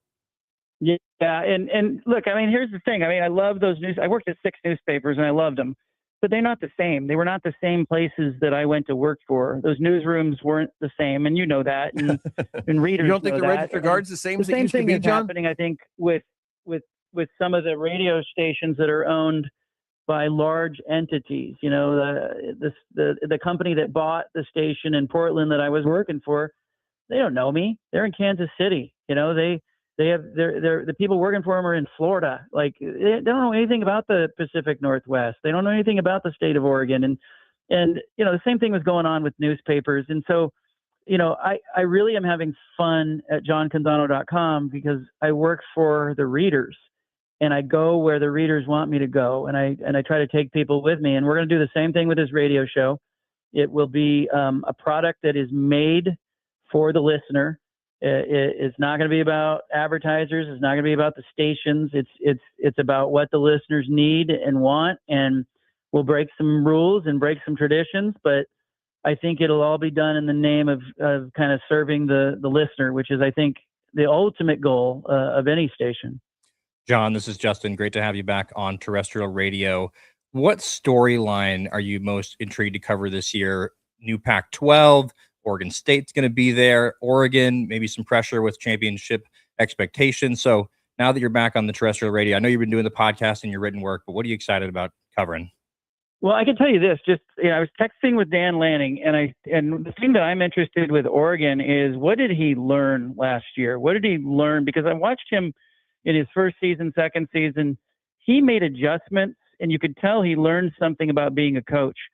What did he learn in the last year that he's going to put out there on the field this season? Because, like it or not, there is a window for Oregon to win a championship, and it is not as big as I think some have led the public to believe. I think it's a pretty narrow window before regulations get changed. And, we're in this era of deregulation before federal laws come in and say, you can't do this, you can't do that. Oregon's one of a handful of schools that is made for this time. And so this is it for Lanning. So that is a huge storyline for me, is like, how equipped are they? What did he learn?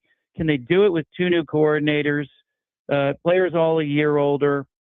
That's big. But the Pac-12, the rebuild of the Pac-12 is huge. I mean, that's a conference that should have died. Oregon State and Washington State probably should have given up. They didn't. They fought. They punched back. Can the Pac-12 get a team into the playoff? Yeah. That's it. That's the goal. People are criticizing them for not having a media day. Nobody is going to give a rip if they had a media day or not if they get a team in the playoff. And that is a huge storyline as well. And within that, at Oregon State, you got a first-year head coach in Jamarcus Shepard. He's got 3 guys at quarterback that all are kind of good in their own way. He's got to go out in his first season and try to win games. And who is he going to trust to be his QB? And I thought it was interesting. I was at Oregon State's practice on the very first day of fall camp. Got there at like 3:00 in the morning. Shepard's riding his bike around. He's going into meetings. I thought it was telling that he went into the QB position meeting, his very first meeting of fall camp. He went with the quarterbacks. He didn't go with the offensive line. He didn't go with the defense. He went with the QBs. I think it is the biggest question Oregon State has to answer between now and their opener at Houston. He debuts his brand new show, Bald Face Truth Unfiltered, here on the Sports Animal Audio Network. He'll be on in Klamath Falls, in Roseburg, in Newport, in Medford, and here in Eugene, and a lot of other stations throughout the Northwest. And you can also go to his website, johncanzano.com, like and subscribe it there. He is a Heisman voter, and he is joining us here on The Drive as we unveil the new show. He can't take the fastest 60 minutes in sports. We've already buried that. It's kind of full circle with us, John, because I and Justin were your lead-in on the old station, and then you had it for the 3 hours, and now we're flipping that, which is interesting how everything turns around. I love that. And by the way, how about, look, that station in Portland that I worked for, I have no ill feelings towards that station. Yeah.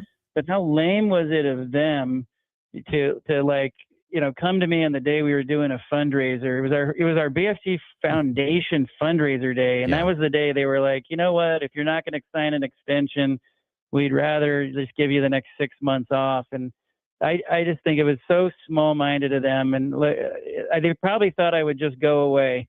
But, no. I'm apparently the cockroach that can't be killed. John, I want, before I let you, I know you're busy, and before we let you go, I do want to ask you your impressions. You gave us a little insight about Jamarcus Shepard, but also with Kevin Griffin and the rebuild that has to happen in Corvallis. Do they have to slog through winning the fans back, or do you think that those Beaver Nation fans are willing to give this new administration, this new voice in the room, along with the new coaches, that fighting chance to keep them or win them back? I think the bigger thing is there's just sort of a morale issue with Washington State and Oregon State in the fan base. And I don't really think it's about winning them over as much as it is about showing Oregon State fans who are turned off by what college athletics has become, just showing them that there's something there worth rooting for and getting excited about. And I think in this year one, fans at Boise State are excited because they think they have a shot to get back to the playoff. And, maybe San Diego State fans are feeling the same way. But I think winning some football games, you're going to have people who show up just because they're Oregon State fans. You're going to have people who show up because, hey, if they win some games, I'm on board. But there's a whole other segment that needs to have something to hope for and root for. And, it comes back to Shawshank Redemption. Hope is a dangerous thing, right? And so if you are an Oregon State fan, I think you're trying to figure out, what am I rooting for here? Am I just rooting for this team to play well and have fun on a Saturday and I get to go to the tailgate and see my friends at the stadium? Or are you rooting because, hey, if Oregon State gets to the playoff and appears in the college football playoff because they win the Pac-12 conference sometime in the next 5 years, do they end up getting to the playoff before USC and UCLA that imploded their conference? Do they end up getting there more often than Washington, who left them and Washington State in the dust? Do they end up in the same playoff bracket as Oregon? It was an unthinkable thing when they were back in the old Pac-12. But I think those are the kinds of things that we need to figure out, with this new Pac-12. And if you can do that at Oregon State, you'll have the fans that have always been there who will tailgate and show up. But then I think if you can win over some fans who have lost sort of their enthusiasm for college athletics, they're turned off by the portal, they're turned off by the ecosystem. If you can win those people back, I think you've got something. John, I'm excited. The part about the show you talk about is, you're going to be on Eugene, but also you mentioned Boise and Spokane. So when this Pac-12 blew up and you were kind of the preeminent voice of the Pac-12, you've been able to keep those connections. So now this show, it sounds like to me, you're going to have all the Big Ten, but also the Pac-12. So it's going to be kind of a regional show focused on all the schools around here from Washington State to Oregon State, but also the ones down in Fresno, et cetera, but also the Big Ten. So it seems like you've been able to keep connections in enough places to be able to cover all the ones that are going to matter regionally around here. Yeah, I think that's what people care about, right? You're not going to get a lot of me. I have an hour, all right? I have an hour. I'm not going to be sitting around talking about the Real Housewives of New Jersey and things that I'm not qualified to talk about. I'm going to be focused on the things I know, the sources I have, I was just before this call, I had a source at the Pac-12 reach out and tell me something very interesting that the conference is going to be doing this season that nobody else is doing. It's that kind of insight that you're going to get on the show. So yes, and we'll get the presidents of those schools. We'll get the ADs of those schools. Of course, Rob Mullins and Dan Lanning and, the Pacific Northwest Big Ten schools. I think we'll do some Washington as well. But if I only have an hour, I am not going to waste it telling you who I like in the Kansas State game. We're not going there. Awesome, man. Look forward to having you back on the waves here. Thanks, guys. And by the way, I'm taking the Wildcats every time against the Jayhawks. EMAW. But thanks, John. We At your own appreciate it. risk. Yeah, I know. At my own peril. Thanks, John. We look forward to hearing you on Monday, and then we're going to follow you right up and try and support what you're doing as well. Bald Face Truth Unfiltered debuts on the Sports Animal Audio Network on Monday. John, we'll talk to you then. Take care. Thanks, fellas. There he goes, John Canzano. You can follow him, johncanzano.com. There's the big announcement. Bald Face Truth Unfiltered 2 to 3 on most of these. In fact, all the radio stations you're listening to right now and plenty more, but we'll have it. And then our lead-in is now John Canzano. Pretty solid. Pretty good. Pretty strong. Not a bad leadoff hitter. Yeah. Kind of the Ricky Henderson of leadoff hitters, I would say. Absolutely. All right, so where are we going next, boys? How good will Fernando Mendoza be in the NFL? Do we even have any kind of sense of that after one preseason game? I don't know. It wasn't such a good preseason game from him yesterday. It was meh. And what NFL quarterbacks are under the most pressure this season? We'll talk about that next here on The Drive. Don't change the channel. Your radio might explode. Okay, not real. But you miss a minute of The Drive, you might miss something, well, spectacular. On we go. The Drive is back on 102.9 FM and 1050 AM. The Sports Animal. At Mercedes-Benz of Eugene, we do things a little bit differently. We're one of the last independently owned automotive dealerships with a young and energetic sales staff, no pressure sales tactics, and you don't have to travel outside of Linn County to get the best deal possible. We have more than 200 new and pre-owned vehicles in stock now, and we invite you to come see for yourself at Mercedes-Benz of Eugene.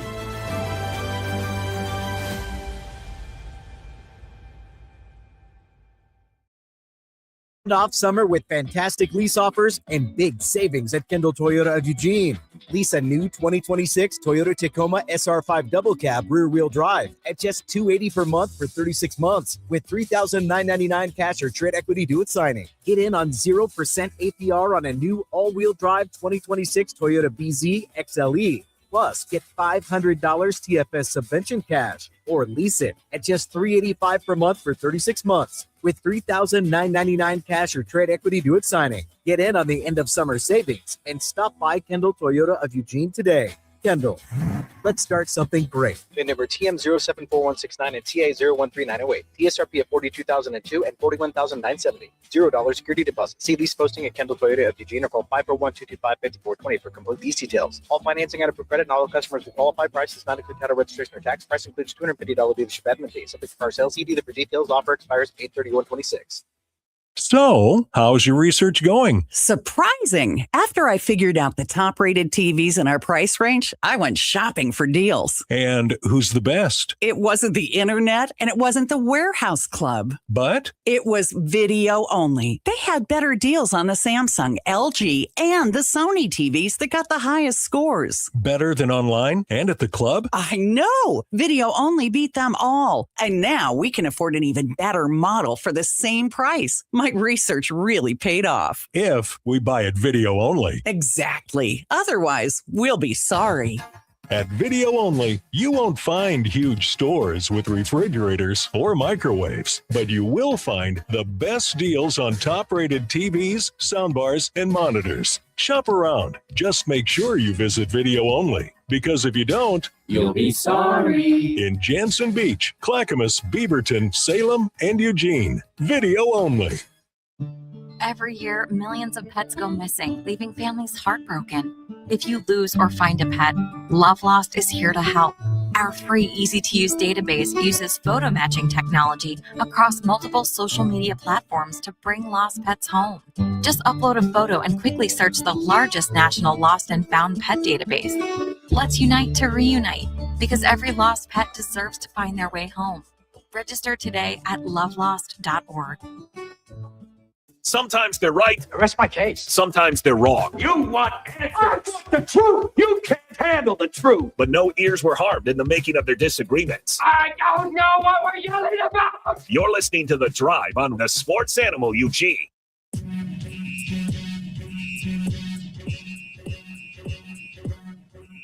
Well, cat's out of the bag now. John Canzano returns to the airwaves. Monday, Appointment Radio, 2 p.m. on the Sports Animal Audio Network and in Klamath Falls, AM 960 Sports, KLAD, 1490 AM KSKR, 92.3 FM KWRZ, The Score in Roseburg, Fox Sports Newport, KNCU 92.7, the A Sports Radio, 107.9, 1300 AM KDSO down there in the Rogue Valley. And, of course, here in the Valley on the flagship, which is the Sports Animal, 102.9 FM, 1050 AM. Thanks for lending us your ears. Coming up, we're going to talk about how many NBA franchises have been sold in the last 5 years, and is the trend going to continue? Klay Thompson signs with a new team. And then hour number 3, we'll talk a little baseball. And this is an interesting story. I started to dive into this a bit because Goose gave us the heads up. Seattle Times sports columnist Matt Calkins has quit. But the reason why I think you're going to find is interesting and revealing. Oregon State soccer, we'll touch on that. And if we can get to Rocco Beck, we will. Which is what's the title? There's the latest college athlete to reveal classes don't matter. That's fantastic. You like that? I do like that. The Oregon Man Athletics Hotline open for you on the Friday edition of The Drive, Bigfoot Beverages Studios, 541-844-3484, toll free 877-844-3484. Preseason football continues tonight. Jets take it right down the field and score against the Steelers. Who cares? They're up 7-0. Last night, it was Las Vegas coming back, beating the Planet Houston 22-20. Top pick Fernando Mendoza.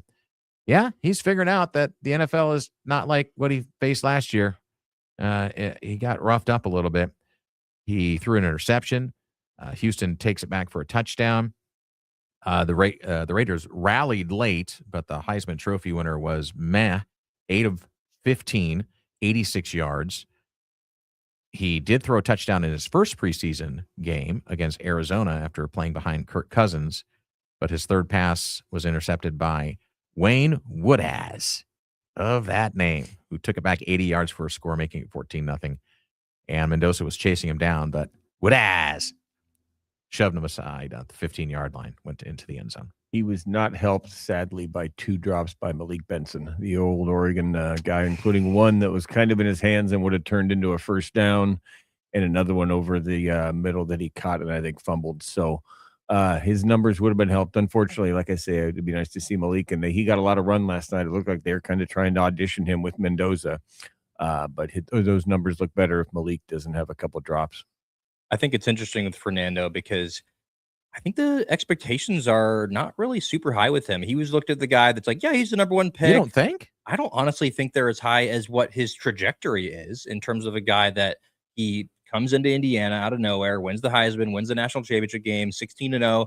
I don't think there's a sense of, oh, he's going to come in and be the best quarterback in the NFL at some point. I think that people think he's going to be a good quarterback, but do you think that there's people out there that think he's about to be a top 5 quarterback in the next couple of years? Well, they drafted him in that position because they think he's going to be that. So, but I mean, he's a quarterback. That's why he went number 1. Okay.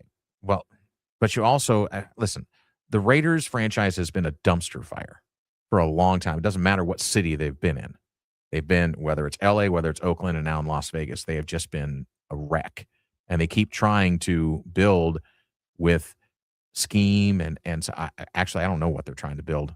Now, I think the Raiders management and GM and the coaching staff there thought, you know what, we're going to bring in Kirk Cousins, so we're not going to pressure Fernando into the limelight. But that is their franchise quarterback. That's why they drafted him where they did. So I don't disagree with you there. But so when you say is there pressure on him, there's going to be pressure on him once listen, if Kirk Cousins comes out and they go 1-4, you don't think that if they just throw their hands up and say, well, the season might be toast anyway, we're going to roll the rookie out there and see what happens. You don't think that would happen? Absolutely, I do. Yeah, I do. I'm with Justin in the idea that not all, just because you're a number 1 pick quarterback, they're not all made the same. John Elway, Andrew Luck, Trevor Lawrence, those ones are up here. Fernando Mendoza, quite honestly, was the number 1. He was the number 2 quarterback in the draft was Ty Simpson, who was seen as like so this wasn't a year to where the number 1 pick, it's like kind of the old baseball, they put the 80 grade on prospects. Right. Just because you're the number 1 doesn't mean you're an 80. I think that John Elway and Luck were 80s and Mendoza's probably a 55. I think he was seen as the best in this draft and they needed a quarterback. I think the fact they have Tom Brady probably feels like, hey, if we get somebody who's got enough talent, I can kind of mold them as well, and we'll bring in a Clint Kubiak to do it. So I think they feel like they can put the infrastructure inside to help him. But no, I'm with you. I don't think anybody looks at, especially, again, going back a year ago, he was probably projected as a 5th-round pick when he transferred from Cal. So this isn't a guy, again, we've seen with Luck and with Trevor Lawrence, guys that, if they'd have come out after their freshman year, they would have been the number 1 overall pick. We just kind of had to wait for them to come out. I think Mendoza is a different deal. I think people like him. I think he looks, I was going to say, I think you'd said, I think it's a good but not great. I think the question on here was how good will he be in the NFL? My question would be good, not great. I don't see him as ever being a top 5, but I see him being a guy who could start in this league for 10 years. And I think you're right. I think Kirk Cousins, I think they know that they're going to go off to a tough start, and that way Kirk Cousins can kind of take some of the bullets, and then the pressure's off, and you can bring Mendoza out for those last 10 games and hope to kind of see enough things to where you feel good putting him in there for that second year. In terms of success coming into the NFL, I can't remember a quarterback that accomplished quite as much in maybe a year than Joe Burrow. I was just say Burrow. Yeah, so I think he was the last one because Andrew Luck struggled, and going back to a different day and age, John Elway and something. Right. Now he turned it around. But nobody did what Joe Burrow did. You're talking about his senior year at LSU. Exactly. Yes, that year. Yeah. The Mendoza year was similar to that in terms of being a first year, or Burrow was the second year, but yeah, was coming in and kind of being an off the radar transfer who suddenly became a national championship quarterback. And I think that the fit is pretty interesting too, because it's Sin City, and Fernando Mendoza is a guy that kind of seemed like the opposite of that, right? It doesn't seem like he feels like he might fit in Minnesota a little bit better, right? Did you see the quote last night? They said they asked, I was watching the game, I was at the airport bar, and they had the quote up there that they'd asked him about being in Las Vegas, and he said something like, the Strip is like that place they tell you, when you're a kid, don't go near. It's like the block you don't want to walk down, and so I'm staying away from there. You know where he lives? Probably he lives in Henderson. 100%. Sure. He does not live in Las Vegas. 100%. Well, they all probably live there, but some of them go down there. I don't think he's going down to the clubs on the Friday night. But he said basically, I can't remember what the term was, but it was something like, the Strip is something you hear about, and it's like the place to avoid, like the little old neighborhood you don't want to be in. The Drive here for a Friday. Thanks for being with us on the Sports Animal Audio Network. It's Danny, it's Steve, it's Justin, and you. And the phone number, 541-844-3484. Toll free, 877-844-3484. So do you still want to talk about Mendoza, or we want to have the second part of this I just want to question? add one last thing about Mendoza, which is the fact that they do have some interesting things around him. Brock Bowers, Ashton Genty. Brock Bowers has got to stay healthy, though. He was 100%. banging. But if you can have a core with those three and they all work out, I could see something for this team at some point. Well, at some point. But again, you got to build. Every team's got to build from the interior up, and I still don't see it with the Raiders. I don't see how they invested in either of their lines. I think they're not great defensively either. It's still a franchise that is in free fall. And I don't know. They got to figure out where they start. Now, maybe Tom Brady brings that, but again, I'm still not convinced Tom Brady is the elixir that the Raiders organization needs in terms of he's a great quarterback. Can he be a great leader, building a team or helping build a team? They did bring in the center Lindenbaugh from Baltimore, who was the top free agent center, and that allowed him to move Jackson Powers Johnson to guard. Who's So great. that gives them a couple there, but they don't really have the tackles. They have kind of an interior line, which is great. But like you say, if you're protecting Fernando Mendoza or Kirk Cousins, I don't think they have either of the franchise tackles that They're going to get blown up. All right, so who's got the most pressure this season as a quarterback? I'm going to go right to listen, because of injuries in the past couple of years and because of the expectations and because I think the division is incredibly tough top to bottom and getting better. I think Jordan Love's got the most pressure on him. Really? Yes. I not where I absolutely thought you were do. going with that. Nope. I think he's got the most pressure on him because I think there's a ton of talent still on that Green Bay team. And now they have found themselves not even being talked about from a couple of years ago being, they're going to go to the Super Bowl. And, they're going to be right there. They're going to be contenders. And now they're not even being picked to finish number one or number two in their own division. Yeah. So, but that whole division has gotten better. I mean, Chicago's gotten better. Detroit's been staying there consistently. I don't know what the Kyler Murray experiment's going to be in Minnesota, but everyone seems to think that we're going to have Kyler Murray 2.8, and he's going to start running all over the place like Tecmo Bowl, and it's going to revitalize that offense if he can see over the offensive line. Yeah, no, I'm with you. I think there is some pressure there. How about if I throw out Justin Herbert as the one with the pressure? This is year 7. The 3 playoff losses have not been good. We're looking at a guy who's got all the talent, the numbers. It feels like every game he's setting another record for fewest games to throw this many touchdowns, fewest games to do this. They've been good. They've made the playoffs. I think people think this year with the 2 tackles back, although unfortunately their center, who they just signed, sounds like might be out with a torn ACL. But I think there's a feeling this year's roster's good. The Chiefs may be down with Mahomes possibly not being at the start. We talk about the Raiders being down. I think the Broncos are seen as kind of with the Chargers. I think there's a feeling that by year 7, if you're kind of right there and you're Justin Herbert, this is the year he's got to kind of elevate that team around him and get them not only into the playoffs, but to win one and make a playoff run. And so I would say that I think there's a little bit of pressure on Herbs this year. I think that's a good one. I'm going to go with Josh Allen, who I think is, to me, under the most pressure because it's time with Josh Allen. He's been talked about as the best player for a couple of years now. I think Mahomes had, he has the Super Bowls already, and he is considered what he is. But man, they fired Sean McDermott. They brought in Joe Brady. They have all this talent around him. And I think Josh Allen, it's just time. It's just time for him to actually win something and not to have these excuses anymore. So to me, and he's 30 years old with that kind of game, very physical. Like, I don't think he's going to last until he's like 40 or anything like that. So I think he's got a lot of pressure on him while he's still in his prime. And I'll throw one more out here as well as I'm thinking about it. I think that you can go no further than deep down into the South and look at Tampa Bay and Baker Mayfield. Because of everything he said about being disrespected and such, or taken for granted because of his contract stuff. Now, the way you put that in somebody else's face in terms of management is you go out and ball. And they've got a lot of pieces. They've got a great running back room, probably one of the better running back rooms.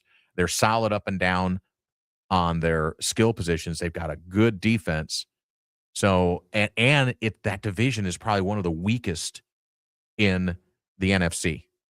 So they've got an opportunity. I mean, I don't think Atlanta's doing anything. New Orleans still a bit of a dumpster fire. So they've got it all sitting there for them, and they've been middling, especially last year. They didn't play that great last year. So I think Baker Mayfield's got a little pressure on him as well, because it's, he's got one more year left on the contract now with this. Yeah, he's gonna be going into a contract like here. you say, feels like he's been disrespected and needed more. But I think you're right. I think he was on a 3-year 90, so it's like $30 million, and he wants to get into that 50 to 60 range. And yeah, he feels I he like deserves the fact that the Buccaneers have said, "Go ahead and prove it. Yeah, lead us into something and do it, and you get it." But doesn't that put pressure on you to perform then? Absolutely. And I like it more when teams do that than just, hey, we got to save our guy. We're scared to death. If we don't have him, we'll just overpay and give him a couple of years we shouldn't give him. So I love the idea of letting the quarterback come into the last year and see if he can go there with it. Yeah, absolutely. All right. Will the Timberwolves link sale stop the sale of NBA teams? There's been 8 of them sold in the last 5 years. Will the trend continue? We'll talk about it next. Oh, by the way, another quarterback probably under pressure. What, Tony Romo? You think he's under pressure? Possibly a little bit. I don't know, just a bit, just a little bit. Okay, when we come back, more open phones for you if you want to join in on the program. This is The Drive on the Sports Animal Audio Network.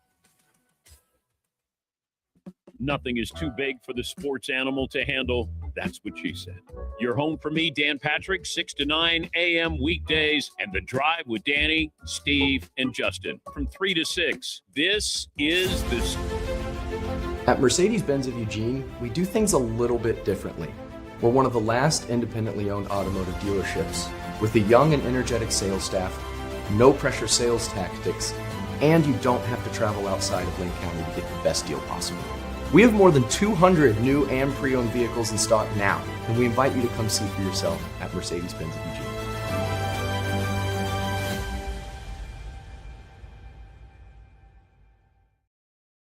Locations. Summer, the sun, the sand. How could things be any better? Actually, you know what sounds kind of good? Chicken bones. Yeah, that would make things better. All you could eat wings for $27.95 and dollar beers from Cold Fire Cold Store. That would really make things better. Ooh, and the sauces. The sauces are to die for. In fact, now I'm kind of hungry. Oh, man. Now I need to go to Chicken Bones. Make no bones about it. Chicken Bones has the best wings in Lane County. All-you-can-eat wings, great sauces, and awesome burgers. Open daily at 11 a.m. on Pioneer Parkway in the Safeway Center. Check us out on Facebook or call 541-726-0111. That's 541-726-0111. Chicken Bones, chicken with an attitude. Beaver Nation, the 2026 football season is almost here, and now is your chance to secure your seats at Reser Stadium. Single game tickets are on sale now, giving you the flexibility to experience the matchups, moments, and energy of Beaver football your way. Bring your family, bring your friends, and be part of what we're building together. Visit beavertickets.com or call 1-800-GO-BEAVS to purchase your tickets today. Reser, build with us. Go Beavs! Cancer affects all of us. Today alone, 5,370 people in the United States will be diagnosed with cancer. That's why Stand Up to Cancer funds and develops the newest and most promising cancer treatments to help patients today. Stand Up to Cancer wants to provide you with every opportunity to join in this mission. By donating your home, land, or commercial property, you can help Stand Up to Cancer fund innovative cancer research. Donating eases the stress associated with selling a home and can also help lead to the next breakthrough in cancer prevention, diagnosis, and treatment. Stand Up to Cancer makes the process easy, and it may be tax deductible. It will take all of us standing up together to put an end to cancer as we know it. Help us save lives right now. Your home or property could hold the key to the next breakthrough in cancer research. Visit standuptocancer.org/giveproperty to learn more. 1050 AM and 1029 FM and the sportsanimalueugene.com. Broadcasting from the Bigfoot Beverages Studios. You're listening to The Drive on the Sports Animal Eugene.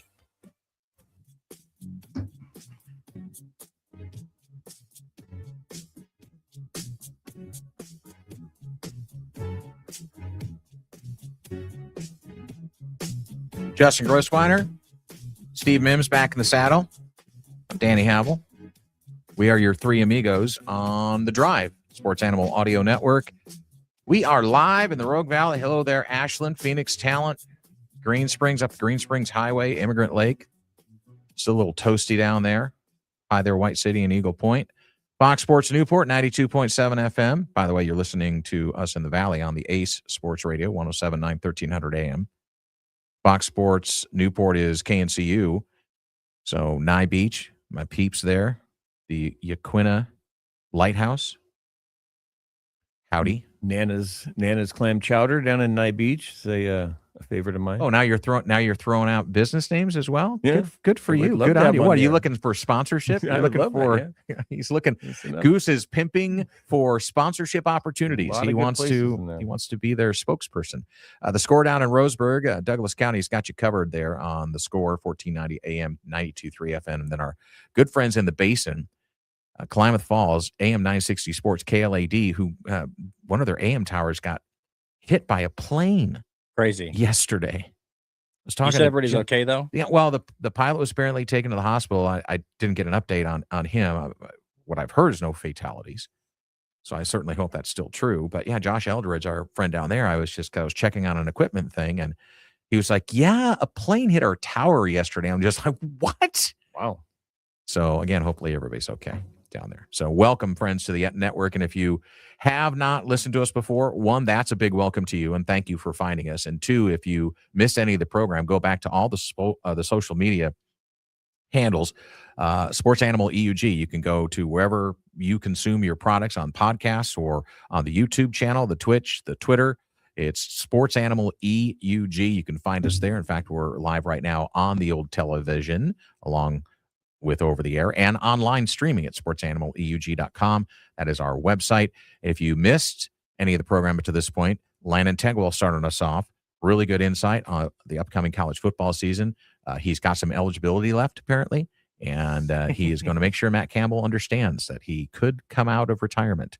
John Canzano kicked off hour number 2. This is the second hour of the program with an announcement that Bald Face Truth Unfiltered is going to debut on Monday, 2 p.m.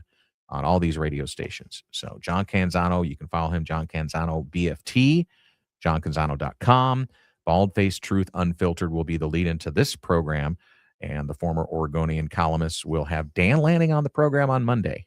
So, maybe John will give me Dan's cell phone number. I'm not sure. So a little bit later on the program, Klay Thompson makes a move. He signed with a new team. Seattle Times sports columnist Matt Calkins has quit. We'll talk about that in hour number 3 here on the program. All right, so we've talked a lot about sales, obviously, with the kerfuffle with Portland, and then what's going on down in L.A. with Mark Walter. Mark Walter says bye, and then the Bus family goes, yeah, we're going to sell ours as well. Now, Jeannie Bus that's going to end up being in court. Yep. She wants to stay on as the governor, which I brought this up before. It's just like, that's a really weird name to have as your CEO or someone's running the teams. The governor of the Lakers. The governor is basically the one who has the vote. When league things come up, your governor is the one who has the vote. Traditionally, it's like one of the owners. But have you ever heard that be referenced like that in an NBA or any sports franchise? Unless you're running a state, I've never heard of you being a governor. But that is apparently they try to make sure that if you have 4 owners, that they you don't get into a thing where there's 172 people voting. It's like you got to pick who your governor is. And that's the one that gets your one team, one vote. So, and I think I said something about this earlier on one of the sports bites. The doctor that owns 4% of the Lakers, Sin C, he owns 4%. He has come out publicly and said he is not selling his 4% of the Lakers. Yeah. So he's gonna. I think it's Dr. Shu Sheng. Shu Sheng. Okay, that's where it is. I should have had that in front of me. So. He's not selling his 4%. No, he will not be. Grasping on that, holding on, and let everybody else battle it out. He'll have his 4%, his courtside seats, and he'll get to go to I think he goes to the Board of Governors meeting. I don't know. So the Timberwolves and Lynx sold. Now, this is interesting. The Minnesota Timberwolves and Lynx were sold to a group, and the total purchase price, do I have this right, is $4.5 billion. It's the valuation of the franchise. So he's buying a portion of it, valued at. So if he's buying half of it, he's paying 2.25. Oh, so he's buying the majority of Mark Lohr's stake in the two franchises. That's Mark Stad, who's completing the deal to become the controlling owner and largest shareholder.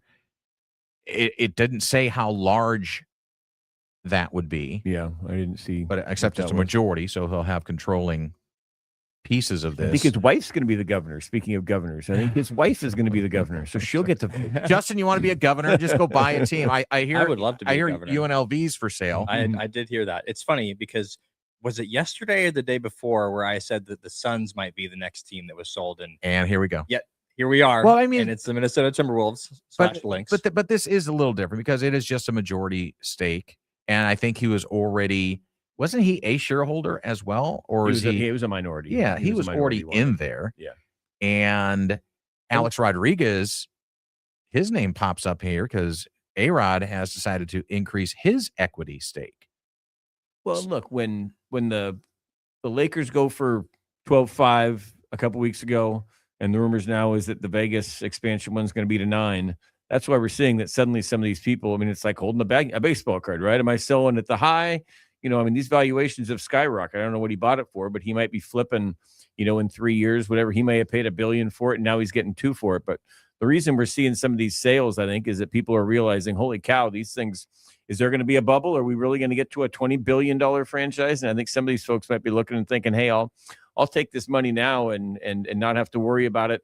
Although, as I've heard some people saying recently, in terms of investments in this world, the one thing that's never really tanked is owning a sports franchise. I mean, pretty much if you buy a sports franchise, you never regret it. You never go into the tank on it. Pretty much those things are, and even if they lose money, it's probably tax loss harvesting some things for you. So I think they were finding right now I think that Laker one might have risen the idea that some people looked around and said, okay, well, hey, let me see what I can get for this. And maybe it's just suddenly, more than I ever thought it would be valued at. So I will put the caveat in there when you say sports franchises. It matters what league you're in as well. Correct. I'm talking baseball, basketball, football. Okay, well, just for clarity, is that you talk about a bunch of XFL owners. I was going to say yes. Some people in the UFL did not make great investments. Not make any great of it. But your point is well taken. So does it stop, Justin? So this is where I got interested, right? Because I was looking through the league history, and I don't have anything in here that's like sales that have been sold again, but it does seem like it's a cycle. Between 2010 and 2015, there were 10 teams sold. So I would guess that it kind of cycles, like you're saying, Goose, where owners are realizing, hey, like I can get a significant return if I sell the team right now. There's only a few owners that have been around for decades and decades and decades. So was that period of time, 2010, 20? Was that around when Dolan bought the Knicks? Yeah, when it was I think it was around there. Coming right. Dolan bought the Knicks in 1997. No, he didn't. Yeah, he's long ago. Yeah. He's the horrible. Sixth but longest tenured owner. 10 to 15, when there weren't as many purchases, was coming right out of the financial crisis of 2008. So Nobody of those was people liquid. were. Yeah. No, there was a lot of teams sold from 2010 to 15. Oh, there were a lot. There Oh, I thought you were saying there were not many. Then. No, there were Okay, 10 that were sold between that period of time. I'm guessing that the prices at that point might have gone down to where at that point people might have been buying at a lower price because some of those people were trying to get rid of them. Whereas now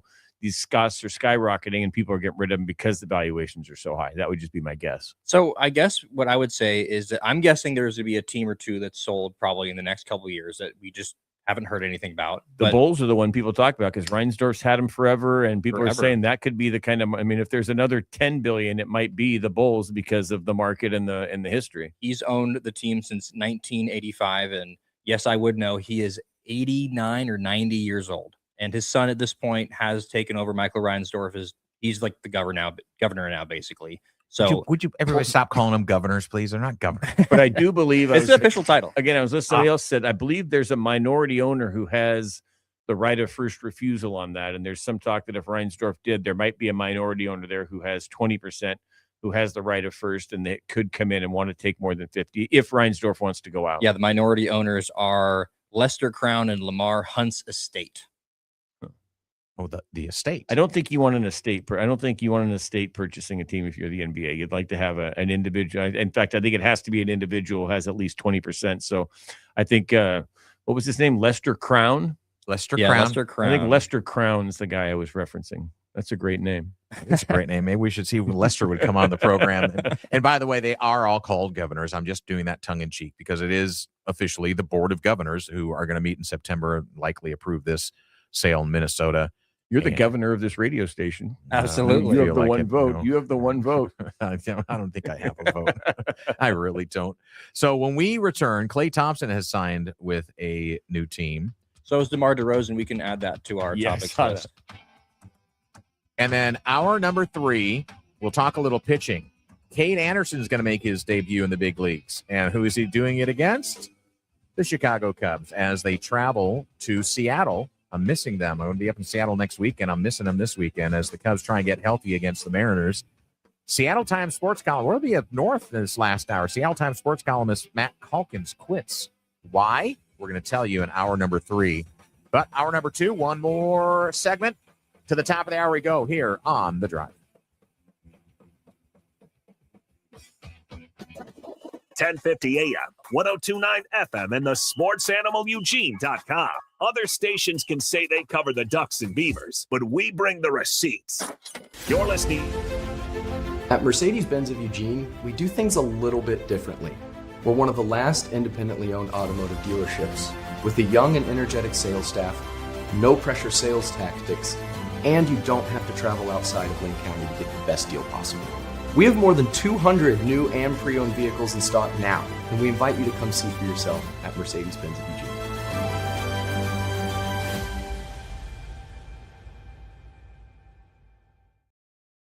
I see video only scored better than the others. So if you want the best deal on the best TVs, Then we should take our TV ratings and head over to top rated video only.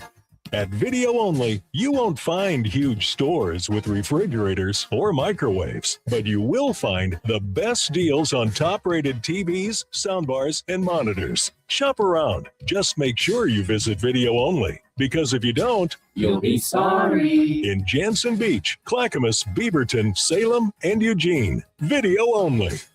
It kind of sneaks up on you. You're more tired than you should be, a little less focused, a little less motivated. Maybe you've gained a little weight. It's normal. A lot of men experience it, but that doesn't mean you have to live with it. At Hale Men's Clinic, personalized testosterone therapy can help you restore your energy, your clarity, your edge. Real solutions, real results. Hale Men's Clinic. Feel good now. Curious about your levels? Walk into Hale Men's Clinic in Eugene, Bend, or Roseburg for your free testosterone test today. More info at halemensclinic.com. Wildfire season is coming. Are you ready? All it takes is one small ember to level a home. Reduce any fire hazards around your home and property to prevent an escaped fire from spreading out of control and to protect your home from an oncoming wildfire. It's called defensible space, and it works. Go to keeporegongreen.org to learn more. Man, I loved playing high school sports growing up. And it's fun being a fan now, don't get me wrong, but sitting in the stands feels like I'm missing out on all the action, you know? I wanted to get back in the game. So I signed up to be a high school official. It takes me back to my playing days. I'm supporting students, and I get paid to make the big calls. Do you want to see the game up close? Sign up to become an official in Oregon at highschoolofficials.com. Imagine if I told you that an earthquake was going to hit tomorrow right where you live. That it would be 6.5 in magnitude with aftershocks occurring twice 25 minutes apart. You'd no doubt talk with your loved ones. You'd make a plan today. It's true. I can't tell you an earthquake will happen tomorrow. But what if it does? Shouldn't you have a plan? Visit oregon.gov/OMD/OEM and make your emergency plan today. Don't wait. Communicate. Brought to you by the Oregon Office of Emergency Management, FEMA, and the Ad Council. Don't change the channel. Your radio might explode. Okay, not real. But you miss a minute of the drive, you might miss something, well, spectacular. On we go. The Drive is back on 102.9 FM and 1050 AM. The Sports Animal.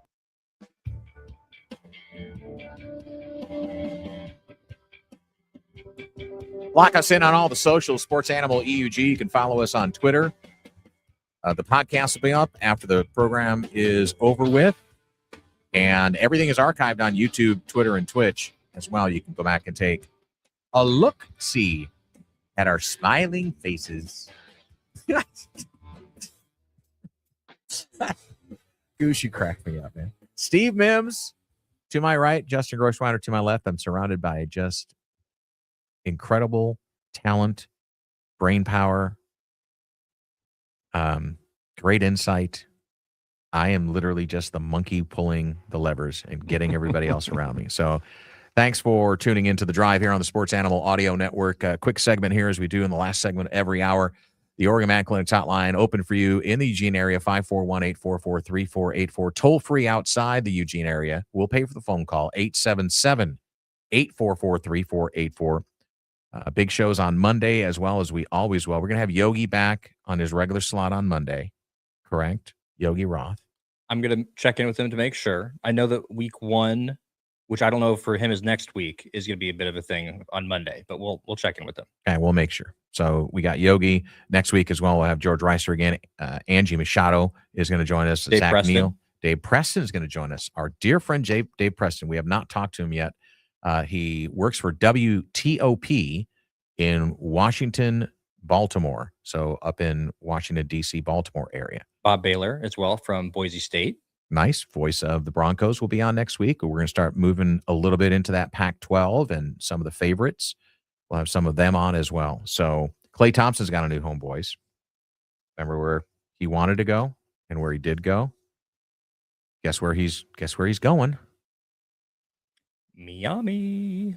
Mavs buy him out.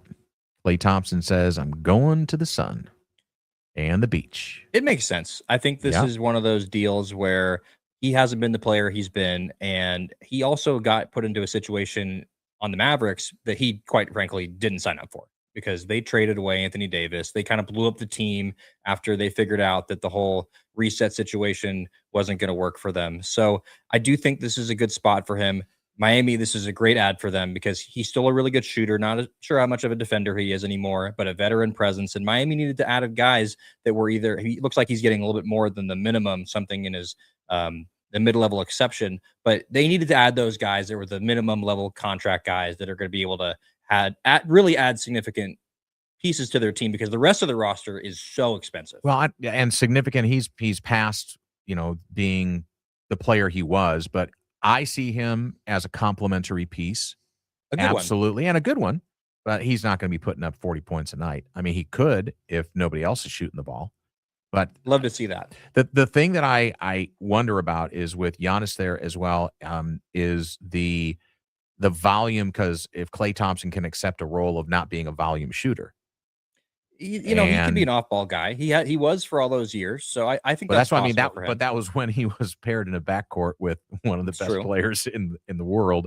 So he could be that guy that on the nights where Steph would be either tired or needs a rest, then he would take over that volume. And that's where I think he liked to be. And I don't know if he's going to fit that way in this team, but he accepts that role and they win. I think he's at a point in his career where it's like, cash that check and see if I can get deep into the playoffs again. What do you think, Goose? I'm not sure he's again, the name is probably better than the production at this point. I don't know what their over-under is. I don't know that it would go up even one with him on there, quite honestly. I think it's, you get these teams sometimes, and again, you've got all the money on Bam and Giannis, and then you start bringing in guys. And I know you were going to talk about earlier with DeMar DeRozan. So people are, DeMar DeRozan, it's like, at some point, some of these guys are in the buyout market because they're kind of going more on their name history than what they're doing now. And Klay Thompson's better than some of the people that they had there. Yeah. And again, with, Bam's not a big 3-point shooter, and Giannis certainly isn't. So it gives him kind of a 3-point shooter. But I wouldn't, again, I think the headline is going to look more impressive than what the results are going to be. So do you want to talk a little bit more on Thompson, or you want to go to DeRozan?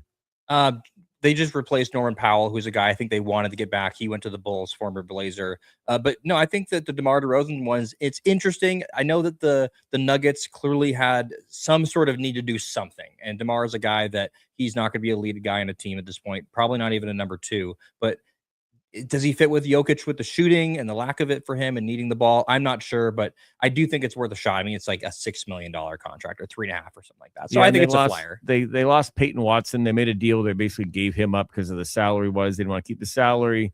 But if your thought is, we got rid of Peyton Watson and that opened up room for DeMar DeRozan, right. I don't think he's that's 37 a great trade. But again, for some reason, they seem to be not fully investing in Nikola Jokic. You would think that even if it takes you over the cap things, you've got Stan Kroenke, who's one of the richest people in the world, but he seems content to need to stay underneath the cap and wanted to trade for picks and things. So I feel bad for the Nuggets. It doesn't feel like they're, you've got Jokic in his prime and you got one out of him, but it feels like last year the talent dropped off a little bit and even more so now. And we're going to see his contract's up after this year. And he said, I'm not signing early just because he can get more waiting next year. But if they kind of bottom out, as he start to look around, I don't know. Is the West top to bottom going to stay as strong as they were? I think last year. Yeah, I was going to say, I'm feeling the trade winds blowing eastward, friends. Yeah. When we come back, we'll talk a little pitching. Kate Anderson making his debut against the Cubs. Seattle Times sports columnist quits. Oregon State soccer, all in hour number 3, and your phone calls on the Oregon Man Clinics hotline when we return on The Drive.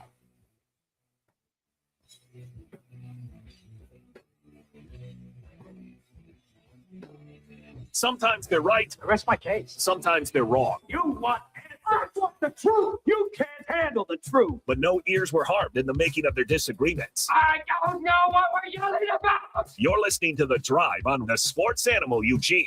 I've seen new customers come in distrustful of other auto shops, and I get it. They're worried about being taken advantage of. But at Sun Automotive, our compass is welded true north. Our focus isn't to make the most money. It's about making sure your 16-year-old granddaughter makes it over the pass in the middle of the night with no cell service and gets there. At the end of the day, our focus is your trust. For the best service under the sun, come to Sun Automotive.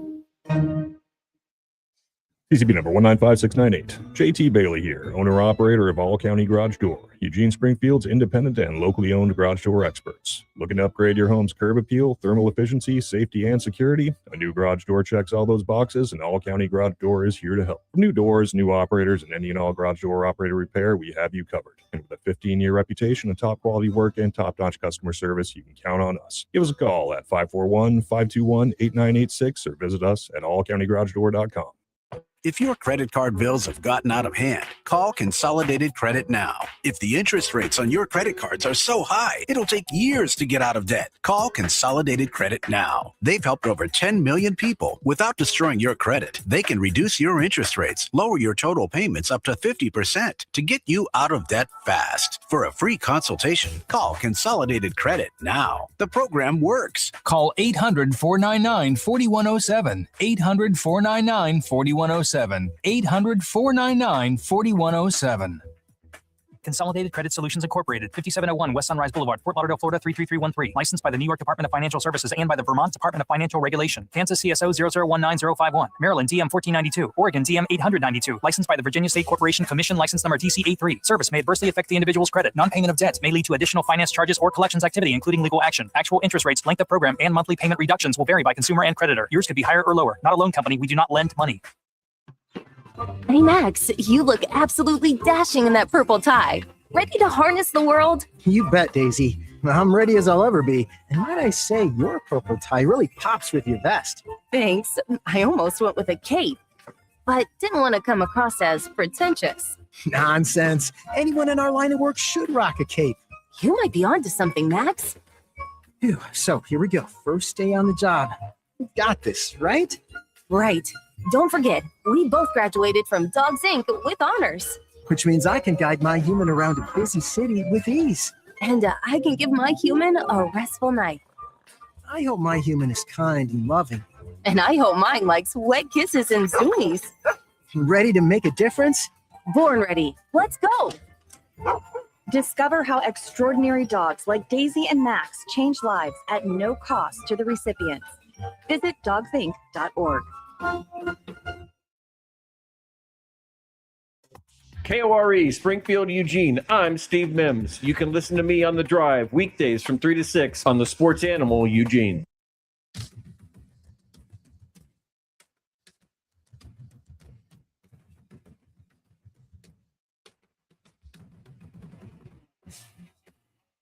John Canzano makes a triumphant return to terrestrial radio on Monday. 2 to 3 p.m. You can tune in to The Bald-Faced Truth Unfiltered. It's an hour of power with John Canzano, his first guest right out of the chute, Oregon coach Dan Lanning. So it's appointment radio. And then keep your radios right where they're at, and we will follow them up with our 3-hour program, The Drive. Your phone calls. Welcome as we start hour number 3 here in the club. 541-844-3484, the Oregon Man Clinic's hotline, toll free 877-844-3484. As we're in the studios of the Sports Animal in Eugene. But we're also broadcasting live in Klamath Falls on AM 960 Sports, KLAD. Our friends down in Roseburg on the Score, 1490 and 92.3. Fox Sports Newport, 92.7 KNCU, and the A Sports Radio. Joe, Brett, Pete, Bal Castro, and the boys, Demi and others, 107.9, 1300 AM. My old stomping grounds. 1300 AM used to be K-Hug. I got to try and find a picture of the bumper sticker. It was the H in K-Hug. They put 2 cowboy boots with stars on them. It wasn't like it. Sounded like K-Hug sounds like a 70s soft rock channel. It wasn't 70s soft it was rock. Country, baby. Grab your honey and give her a hug while listening to some Air Supply. No, it was straight country radio. And I was the morning show host at 18 years old.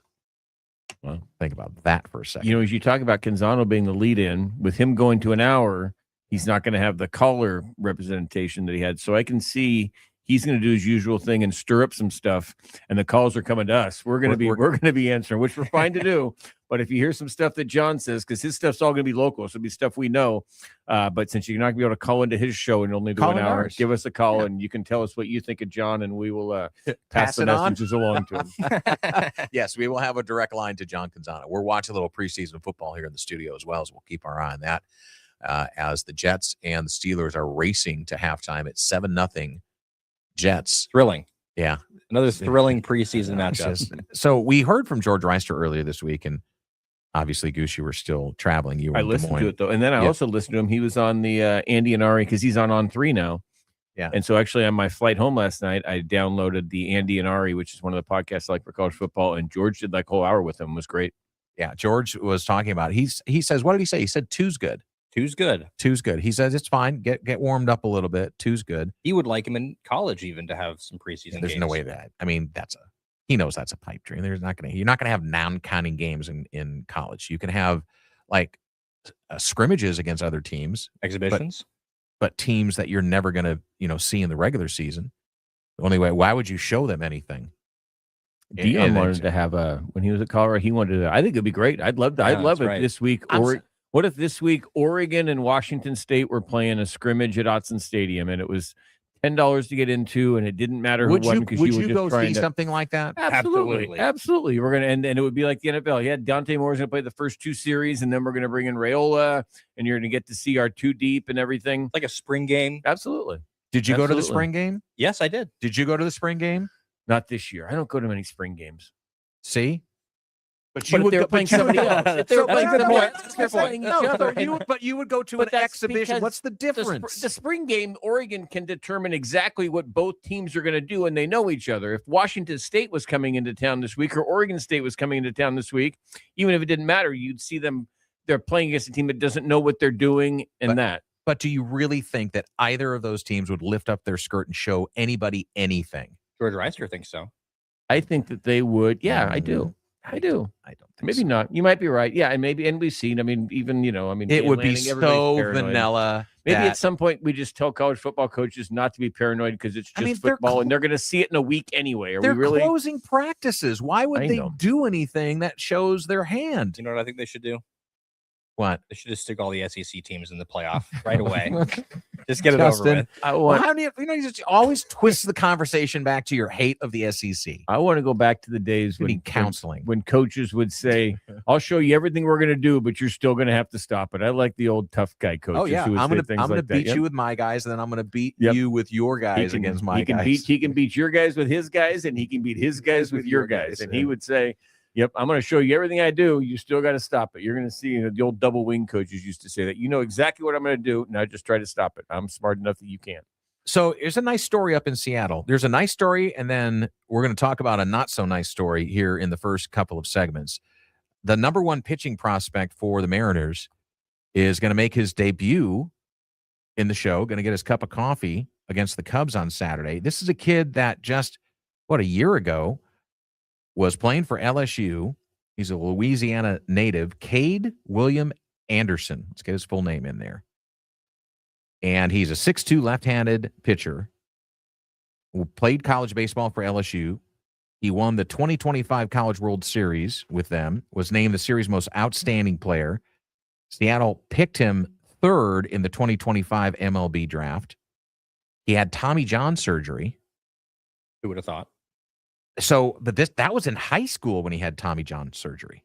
That's what all the kids are doing these days, man. Get it out early so that it doesn't interfere with your NIL and pro money.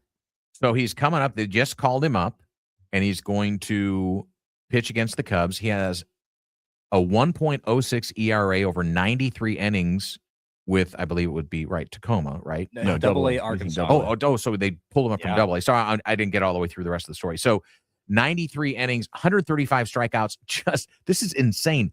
13 walks.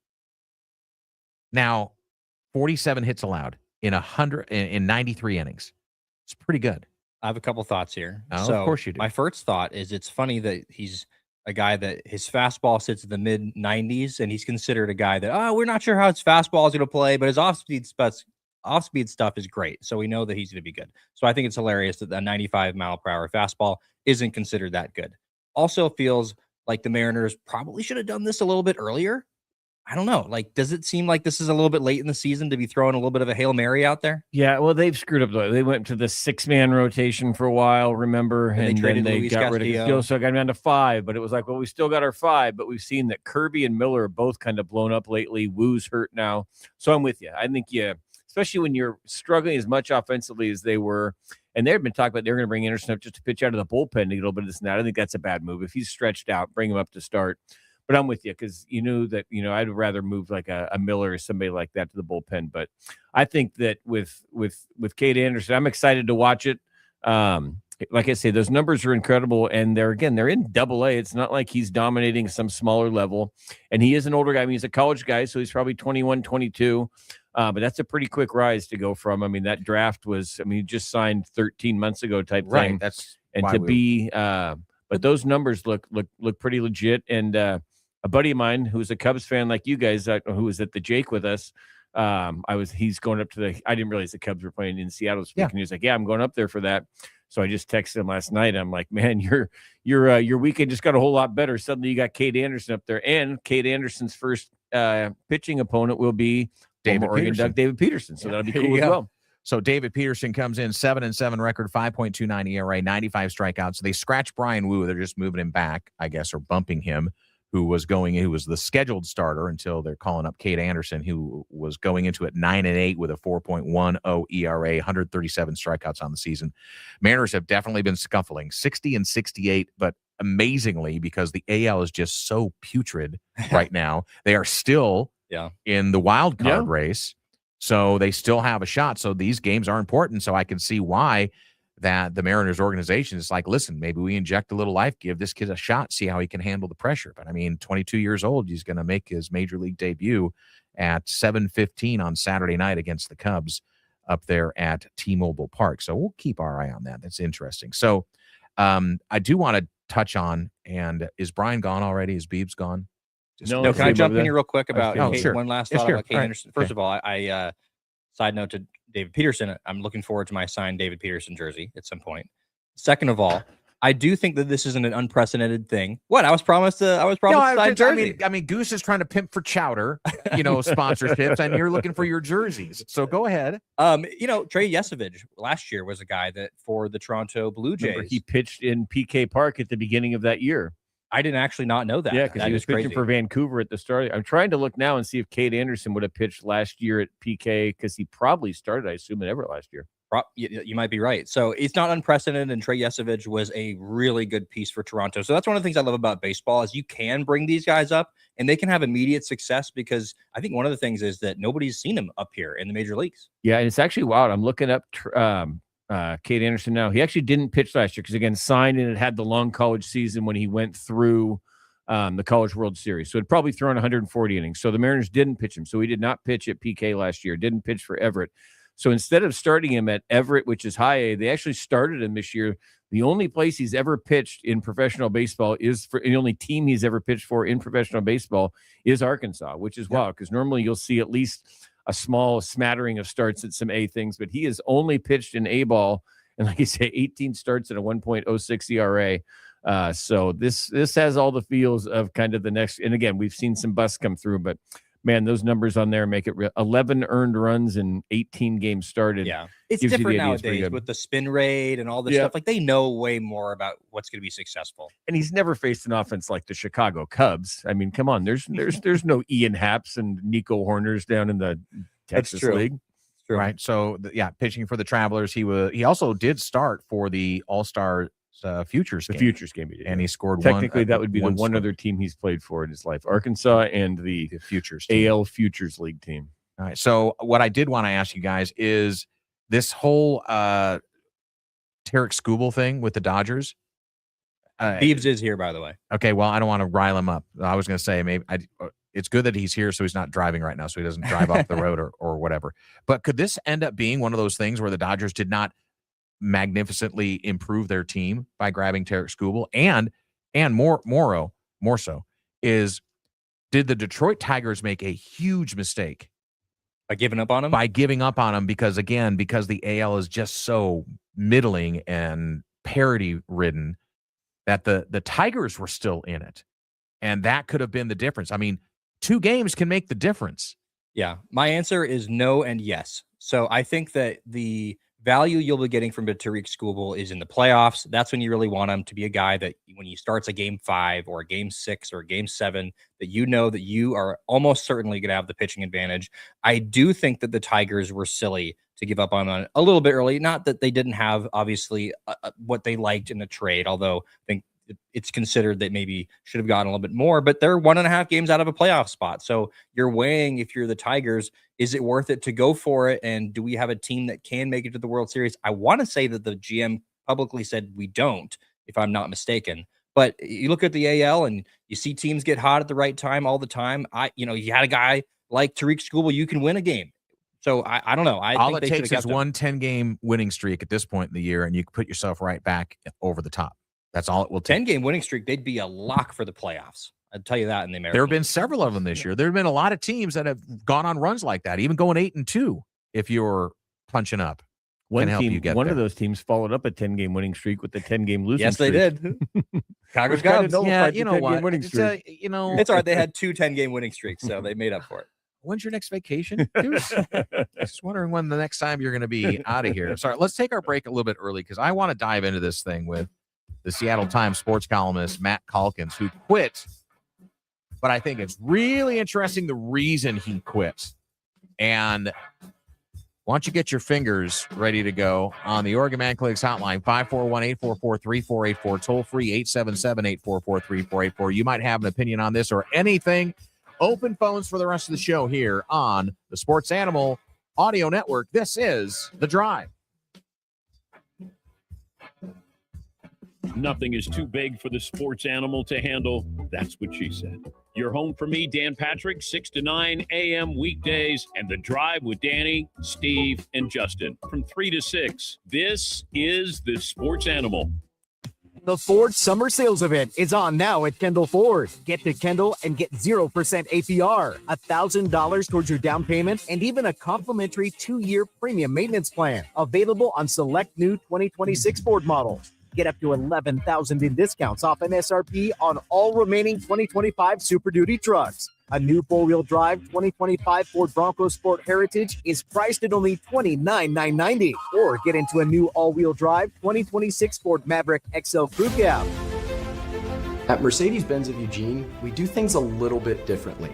We're one of the last independently owned automotive dealerships with a young and energetic sales staff, no-pressure sales tactics, and you don't have to travel outside of Lane County to get the best deal possible.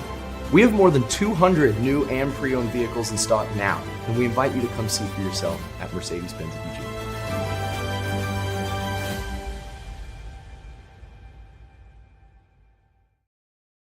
at the Three Rivers Casino Resort Sportsbook in Florence. Bet 24/7 at our kiosks or download the brand new Sportsbook app today and get $10 in free bets. Place wagers right from your mobile device while you relax in your room, hit the casino floor, or grab a bite. Then catch the action on Oregon's largest sports betting screen. Visit threeriverscasino.com/sportsbook to learn more. The Sportsbook at Three Rivers Casino Resort. Winning starts here. The plans you have for your property need the right equipment. Kubota has reliable tractors, utility vehicles, and mowers to help you make the most of your land, along with strong dealer support. Stop by today to explore our lineup. Right now, bring home select Kubota equipment for 0% financing or save up to $3,500, plus a first-year K-maintenance service on us. Now through September 30th. See us or go to KubotaUSA.com/disclaimers for full disclaimer. Mid-Valley Tractor in Eugene. 40 years, family owned. Find them at midvalleytractor.com. Are you curious about who offers the best deals on top-rated Samsung, LG, and Sony TVs? The answer is surprising. It's not online, and it's not the warehouse clubs. The best deals on top-rated TVs are at Video Only. Don't believe it? Then check out the trade-in deals at Video Only. How about $500 for your old TV? Try doing that online. Before you buy that new TV, drop into Video Only. If you don't, you'll be sorry. Half of young adults are at risk of hearing damage from loud sounds. So why is this happening? We know not to bake in the sun for hours. We buckle up to save lives. And we know that smoking kills. We take common sense steps for our health every day. Let's make hearing part of it. Love your ears. Learn more at hearinghealthfoundation.org. Keep listening. 1050 AM and 1029 FM and the sportsanimalueugene.com. Broadcasting from the Bigfoot Beverages Studios. You're listening to The Drive on the Sports Animal Eugene.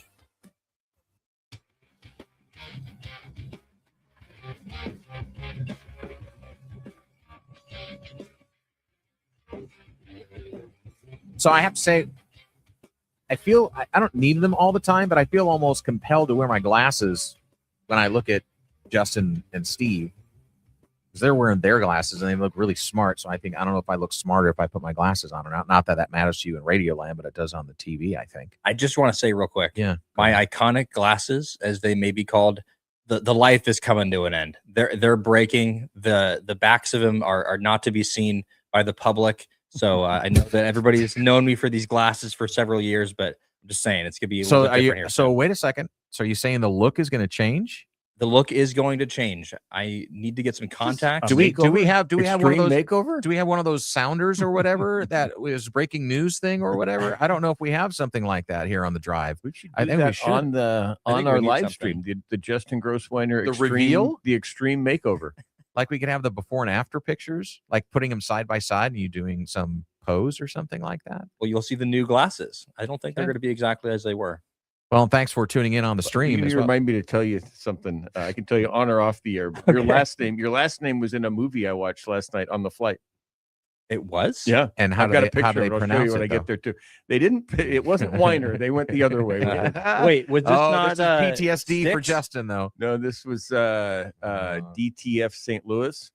Never heard of this. Yeah, I'll show this to you. It's a little okay. I need to know. Anyway, and there's a funny line in there too where. Wait a second. Can you say it on the air or not? Yeah, so Okay, I actually see, wrote. that's I was what I- watching this, and there's a, and so he's telling. It's actually. I'm sorry. This is not from. This was from Sticks. This was from Sticks. This was from Sticks. Yes. So I watched Sticks. Thank Yeah. you. That's what it was because I watched two movies, and he says, "Have you ever heard of Willie Grossweiner?" And the guy says, "I'm not in the mood for any dirty jokes right now."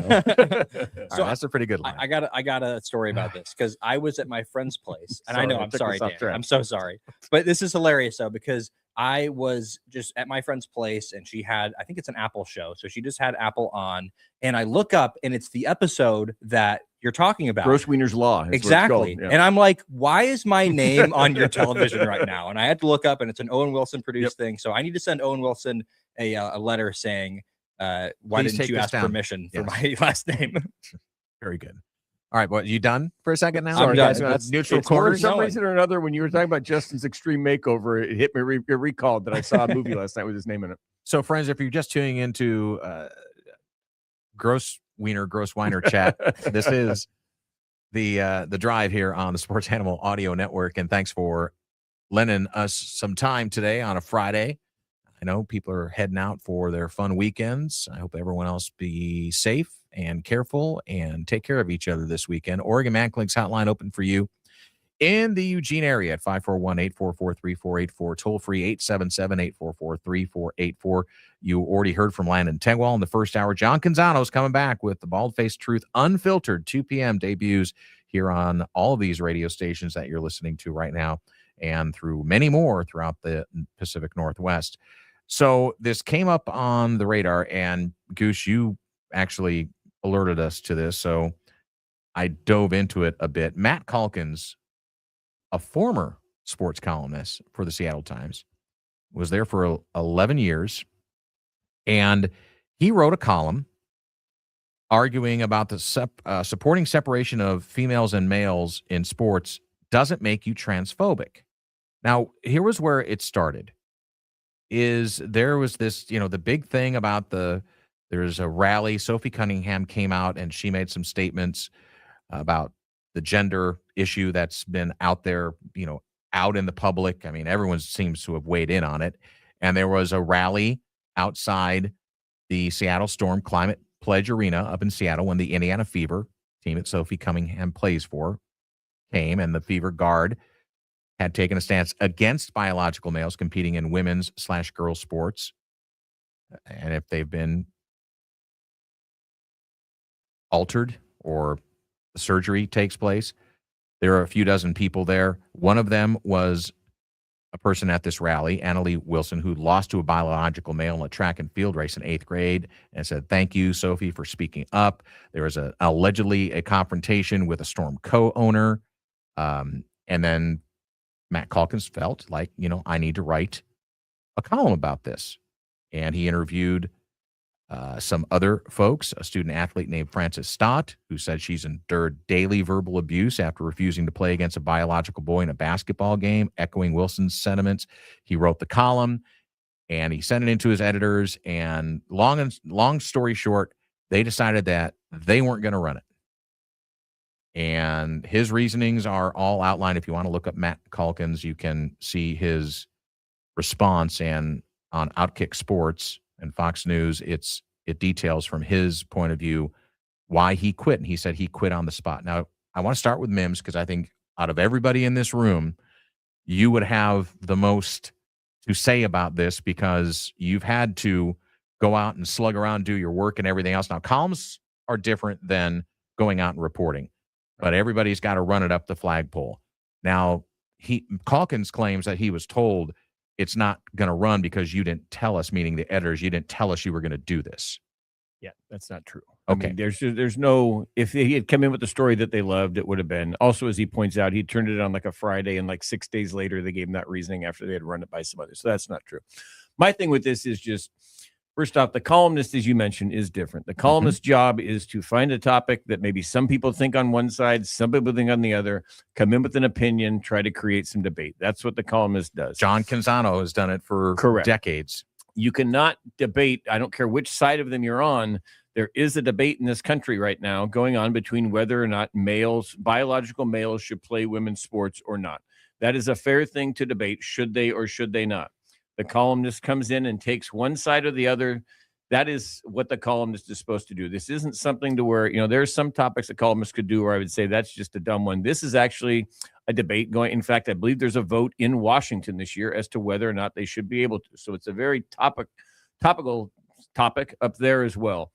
But for a newspaper to say, no, we don't like this one because of the side he took, that's the problem that I have. I think the problem that most people have. Again, whichever side of this debate you're on, that's fine, but you shouldn't be afraid to have a debate out there and have somebody take one side. And if you want to come in and say, no, I completely disagree with you, that's a bunch of BS, that's the way that your columnist should be, because then there should hopefully be another side that comes and says, yes, that's exactly what I've been thinking as well. So to spike a column that clearly is a topic being discussed in this country right now is the problem that I have with it. And I just think it's a bad look for the Seattle Times, which I believe is still independently owned. One of the few that's not a Gannett Gatehouse type thing, to where decisions are actually being made locally by local people. This is a columnist you've had working for you for 11 years. It's somebody you've kind of worked with them, kind of what they're going to come with. And so to look at it and have people keep, and then to make him wait a week, and then to say, no, we're not going to run it because you didn't tell us about it in advance. Believe me, if let's say Cal Raleigh came to him and said, I am asking for a trade at the end of this year, and Matt Calkins wrote that story and sent it in to him without telling his editors, they wouldn't say, nope, we're not running this column about Cal Raleigh demanding a trade because you didn't tell us about it ahead of time. Yeah. Columnists very often go out to an event with one thing in mind, and by the time the story comes in, it's a different topic because, holy cow, in sports, sometimes things change. This isn't pro wrestling. This isn't something that we know the result of heading into. And sorry to folks who didn't know that pro wrestling scripted. Oh, no, you just killed half of our listening audience. Part of the columnist is to go out, and again, he said he went to the Sophie Cunningham thing and saw it and wasn't really going to write about it until it came out that the Storm owner had berated this 16-year-old girl. And at the that co-owner, point, right? he then went and followed up with her because of something that he never could have known going to the rally was going to be something that came up. So I think it's a really bad look, obviously. I think it's a terrible look for the Seattle Times, which, again, I have good friends. Adam Jude's a very good friend of mine, works up there. I really respect the work he does. I think Ryan Divish is great. I think Matt Calkins was a good columnist. I don't know what their chain of command looks like, but I think it's a really bad look from the chain of command. And I can promise you that those folks that worked with Matt Calkins are probably really disappointed today in the decision made by the higher ups, because it's just a bad look for the sports department and has created a political firestorm. Again, in a world now where everybody wants to kind of take one side or the other, he kind of did exactly that. And the Seattle Times now has become, instead of the trans rights being the discussion that people are having, and now the Seattle Times has become the punching bag for outkicking these other ones. So it's been wild to watch, but disappointing in the Seattle Times, which I've always respected as a really good newspaper. So Dan, you keep on looking at me like, what are your thoughts on this? And I do have thoughts, but I do think mostly I echo your sentiments, Steve, and defer to you, especially in this area. But I think that what it seems like to me is this is the proper space to have that discussion, right? And that's what he's doing. He's creating a discussion. So I'm with you. I think that this is something that, in terms of objectivity, like this isn't some sort of report. This is a columnist. So this is the space where somebody, if they're going to have that conversation, it's a good space for it. So I'm with you. They should have let him run the story. And other than that, I'm not going to take a side here. Well, I think the side, the only side is have the discussion. Exactly. And that's where, and so this is where I'll spin it a little bit differently. Well, I don't like spinning things, but I look at this from both sides, and I'm not Matt Calkins, and I don't know what indignation he had on this, but to me, Steve and Justin and anybody else who's listening, if you want to chime in on this topic, any topic, Oregon Man Clinic's hotline in Eugene, 844-3484, toll free. We'll pay for it. 877-844-3484, live from the Bigfoot Beverages Studios. Is, can't you fight better from within than outside? So, I mean, to immediately say, I quit, because that's what he said. He said his immediate reaction when he heard that it wasn't going to run is, I'm out of here. But after 11 years. Said that he that built up during like the 5 days when he started to get the idea they're gonna spike kill it. this. So it wasn't like he was surprised and angrily said in a minute. He had known for a couple of days, hey, I'm going to think about this, and if they spike this, what's my result? So it wasn't, as he said, it wasn't a rage quit. It had been thought out because he kind of knew it was coming. Okay, but again, I'll still just go back to the point. Don't you think working within now, and maybe there's attitudes that need to be changed within that editorial staff, within that room, to be able to engage in discussion rather than, as you call it, spiking a story. So wouldn't you, and I mean, to me, I'd be more interested in it. Is this the first time something like this has happened? No, because it was the third. Okay, well, I didn't read that part in the story. I must have been reading a different article than what I referencing what you referenced. He said it was the third time this has happened. He wrote a column, and again, these are all ones, his sides has always been to the right in these ones. And so again, but one of them was, he questioned when they talked about the U.S. women's national soccer team talked about equal pay. He wrote something saying, hey, are they really making as much TV ratings, this and that? And they spiked that one. They spiked that one. And then after George Floyd, he wrote a column. He had interviewed a local high school football coach who was African-American. And that coach said, hey, I just hate the fact that we're piling on police officers right now. And he wrote that. And those were the three. now that we're spiked. So when you say fighting from within, I get what you're saying, but his point is, especially on There's this no one, within because I'm going to keep getting spiked. And I can't come out and say, hey, Seattle Times spiked this column if I'm working there, because they're going to fire me at that point for basically coming out and put them. So his point is I was being muted, and fighting from within wasn't going to happen either way. That muzzle needs to come off, and maybe Matt Calkins will find an outlet where that's not going to happen to him anymore. Obviously, he's a free agent now, so he's going to have that opportunity if he can find it. I'm pretty sure he's going to find it, and he did. And again, kudos to him, but he did a whole lot of radio interviews yesterday, and a lot of them were with more of the Fox sides, and I think he's throwing it up there. But good for him. Again, I just think I think it's a bad look for the Seattle Times and wherever he ends up. Good. Hey, he's an unemployed guy right now. Tough to be unemployed. Go find the place, and if it's the place that fits what you want to work, go for it. Oregon State soccer doing pretty good out of the gates. We'll talk about that next. Rocco Becht, the latest college athlete to reveal that classes do not matter at all. Kids, get your education when we come back on The Drive. 1050 AM, 1029 FM, and the sportsanimalueugene.com. Other stations can say they cover the Ducks and Beavers, but we bring the receipts. You're listening to The Drive on the Sports Animal Eugene. I've seen at Mercedes-Benz of Eugene, we do things a little bit differently. We're one of the last independently owned automotive dealerships with a young and energetic sales staff, no pressure sales tactics, and you don't have to travel outside of Lane County to get the best deal possible.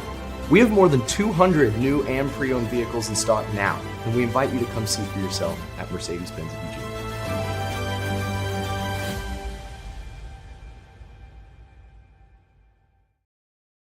Get the most out of things. We expect results when we hit the gym, and we expect to finish our weekend to-do list. We also expect ourselves to never slow down, even when some things start to get a little harder. Low testosterone levels might be slowing you down. That's when Oregon Man Clinics step in. Sharpen your focus, regain energy levels, and improve your love life with treatment options tailored to you. Get the most out of being a man. Visit us online at our Springfield, Bend, and Albany locations. Hi, this is Drew from Dalton Carpet on West 11th in Eugene. Dalton Carpet is family owned and operated and proud to serve you for 30 years. Now more than ever, someone you know is walking on a Dalton floor. Do you have a flooring project? Get your summer off to a new start. Lane County's best selection with hundreds of rolls of carpet and thousands of feet of click-together flooring on display and in stock right now at unbeatable prices. Come see us today at Dalton Carpet, right here on West 11th in Eugene. Where do people in Eugene, Springfield go for their boating needs? Maxim Marine. Maxim Marine sells the industry's top boat brands, Thunderjet, Bolton, and Fishrite. New or used, you can find the right boat and accessories for you. If you're in the market for a new motor, Maxim Marine carries the finest outboards, including Suzuki, Yamaha, Mercury, and Tohatsu. Need repairs? Maxim Marine is your factory-authorized service center located right here in Eugene on Highway 99. Maxim Marine, for all your boating needs. They are our love bugs and companions. They are our pets, our family, and they make life better. When we face unexpected challenges, so do our pets. That's why we're on a mission to support people and their pets. Whether donating a bag of kibble, sharing an Instagram post of a lost cat, or welcoming a foster pet into your home, every bit of kindness counts. Visit petsandpeopletogether.org to learn how to be a helper in your community. Brought to you by Maddie's Fund, the Humane Society of the United States, and the Ad Council. Get on board. The water is open. It's time to go boating and fishing and leave stress in our wake. Feel the wind as we ride and a fish on the line. Reel in our first catch and feel the sun at our backs. It's get out on the water season. It's time to get on board. Find out where to get on board near you. Visit Take Me Fishing and Discover Boating to learn more. And please recreate responsibly. Get on board. Get on board. Don't change the channel. Your radio might explode. Okay, not real, but you miss a minute of The Drive, you might miss something, well, spectacular. On we go. The Drive is back on 102.9 FM and 1050 AM, the Sports Animal.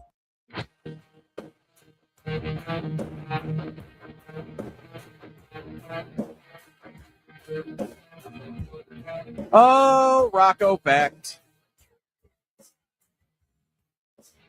Academics and athletics. Always a great topic to talk about. We'll wrap up the show with that in the next segment. And if you missed any of our program, welcome back to The Drive. I'm Danny. There's Justin. There's Steve. We're live on YouTube, Twitter, and Twitch. You can see our smiling faces there. We're also over the air on great radio stations like KNCU, Fox Sports in Newport, Ace Sports Radio in the Rogue Valley, The Score in Roseburg, and Klamath Falls. We've got you covered in the Basin, Tule Lake, and Running Wild Ranch. AM 960 Sports KLAD, and more stations coming on next week. John Canzano returns with the bald-faced truth unfiltered 2 to 3 on all these radio stations and more. So you've got now 4 hours of local talk, at least, that you can listen to if you're locked into any of these stations. Tell your friends, your neighbors about us, and please participate. We're going to have some fun stuff coming up in the month of September, some opportunities for you, the listeners, to win some stuff. We always like giving away things, and we'll have that opportunity for you as we will move through the fall and get ready for football. We'll have Big Bets returning next week. It's an opportunity for you to win a 2-night stay with $100 on your player's card. Our good friends at Cokewell Casino and Resort.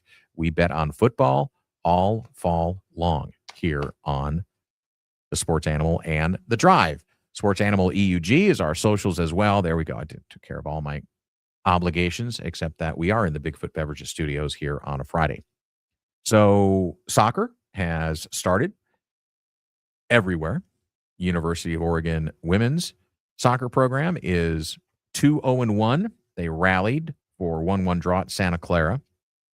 They are on a very short road swing, but it's a road swing nonetheless. And they're going to be, and we had Tracy Joyner, the new head coach. She's in her second year now. We're going to have her on next week, by the way. Right. Well, before the Beavers and the Ducks play. Can we get her husband on too? Okay, It'd be no, fun to just have them together. we're working on something. We're working on something. Okay, just I guess I should have shown up the last few days, and I could have. Well, you've been busy. I could have been part of some production meetings. What I was going, we don't have production meetings. What are you talking about? Production meetings? We don't. What does this show sound like? We have production meetings. Sunday, August 23rd, they continue that quick road swing against San Francisco. And then Oregon State, as Justin said, on Thursday, August 27th, back at Pape Field, 6 p.m. And then they stay at home Thursday, September 3rd. There's a little bit of break in between matches, and they'll take on Utah at home and then Rutgers at home. So there's a lot of opportunities, and Maryland at home. A lot of opportunities in the next 3 weeks to see Tracy Joyner's squad as they are just starting out the season as the Ducks. And, man, there are a couple of kids on this squad that are already showing that they are going to be very important to Tracy Joyner. And by the way, the Broncos, that draw, they're supposed to win the West Coast Conference. They're the favorites. Carly Cormack has been great for the Ducks out of the gate. And then freshman Shiloh Baird I've been calling her name a lot. Yeah. She's been scoring goals. She's been assisting. And Oregon's 2-0-1 through 3 games for the first time since 2021, Justin. I believe, and I have to go find it, that she was named Big Ten Freshman of the Week. She was. Okay. That's what I thought. Yeah, no, the thing about this team from last year, at least, and of course, there's a lot of new players heading into this year, and it's been like this, I feel like, for a long time with Oregon soccer. They just haven't had the scores. They just haven't been able to score. Their defense was really good last year. So the fact that Carly Cormack already has 3 goals this season, and then Shiloh Baird, just a freshman, she's already had some really great moments. The first goal that she scored, that I think it was the first game against Portland State, was phenomenal from outside the box. So it's really good to see her and Carly Cormack get some early success. And it seems like this team is going to be pretty competitive. Last year, they were very competitive and didn't win a lot of games. They had overall not great record, but I feel like it was better than the actual record said. So I think you're already seeing progress this year.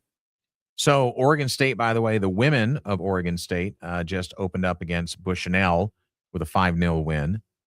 And their next match, as I'm looking at their schedule here, their next match coming up is, I think it's on Sunday as well, as they will have a one more tune-up before they play Oregon, and Oregon gets to host that match of the Civil War. Yeah, they are at Weber State Sunday at 1 p.m. So they're 1-2 overall in the season. They got their first win. I said that they were one. They actually started early August, like really early August. So they're 0-2 away from the friendly confines up there in Corvallis, and they beat Bushnell for their first win. They're 1-2 with a match in hand coming up. So it'll be interesting to see in soccer. And if you haven't been to Pape Field up in Eugene, or I believe it's Paul Lorentz Field up in Corvallis, the women's soccer programs are getting elite up here. I mean, Oregon State's got a little punching up to do. Oregon, it's one of those things where it's sometimes maybe hard to recruit, but I'll tell you, coaching makes the difference. And we had a very enjoyable conversation with Tracy Joyner. And by the way, we asked her, one, how competitive it gets in the household between her and her husband Justin. And her answer was basically iron sharpens iron. And 2 A personalities do not like to lose to each other. How would you like to be in that household, Goose? One of her, I'm going to tie this into the 6 degrees of me, but this also Here goes we back to go. the last one. I knew you were just waiting to find out. Here One we of go. her recruits next year is Piper Jude, who is the daughter of Adam Jude, former register guard reporter of mine, who is now at the Seattle Times. So I got that for you. Another thing I was going to mention, I would have had more to add to this conversation. I'm actually more up to date on Drake soccer than I am Oregon right now, because Drake soccer was all playing men's and women's when we were there. But the last part of the story is, I told you we went to the state fair, and they had a thing with a bunch of businesses would have kind of setups, and Drake had one. So we were like, "Okay, let's go over to the Drake one." We go over there, and there is a tall man with a Drake basketball shirt on. And I said, "Are you the head coach?" And he's like, "Yeah." And his name is Eric Henderson. And so I met the Drake men's basketball coach, and I was like, "You've been there?" I said, "I know you guys had," because they had Darren DeVries, and then he left after a year and went to West Virginia. He's now in Indiana. They replaced him with Ben McCollum, who left after a year to go to Iowa. Yeah. So I was like, I feel like for the last years, I was like, I apologize. I would have known the Drake men's basketball coach, but you guys have had the turnover. And I said, "Were you like on the staff?" And he said, "No." And it turns out he was the head coach at South Dakota State for 6 years and got the Jackrabbits into the NCAA tournament a time or two. But really good dude. And in fact, he was like, "We're going to be there helping the kids move into the dorms tomorrow, so maybe we'll see you there." But I got a chance to chat with Eric Henderson, the Drake head basketball coach at the Iowa State Fair on Wednesday. Very cool. Yeah. I was hoping there was going to be like a butter cow story in here. Like What's butter cow? Somebody made an entire cow out of butter. Yeah, there is a lot of T-shirts that have butter puns on them at the fair. That's Everybody said life is butter at the Iowa State Fair. Say, there has to you be a butter, butter you butter, you bet. Wait, I Every don't get shirt. it. What's with butter in Iowa? Well, there Big was dairy farms. Yeah, and Well, they I made know this it's the Midwest, but I didn't realize it The was state a fair had specific like the thing of world's butter. largest butter cow. Yeah. That's like world famous. See, even I knew that. You know what I love? Well, I know like Idaho here's the thing. potatoes. Here's I the- know, I love when I know something you don't know.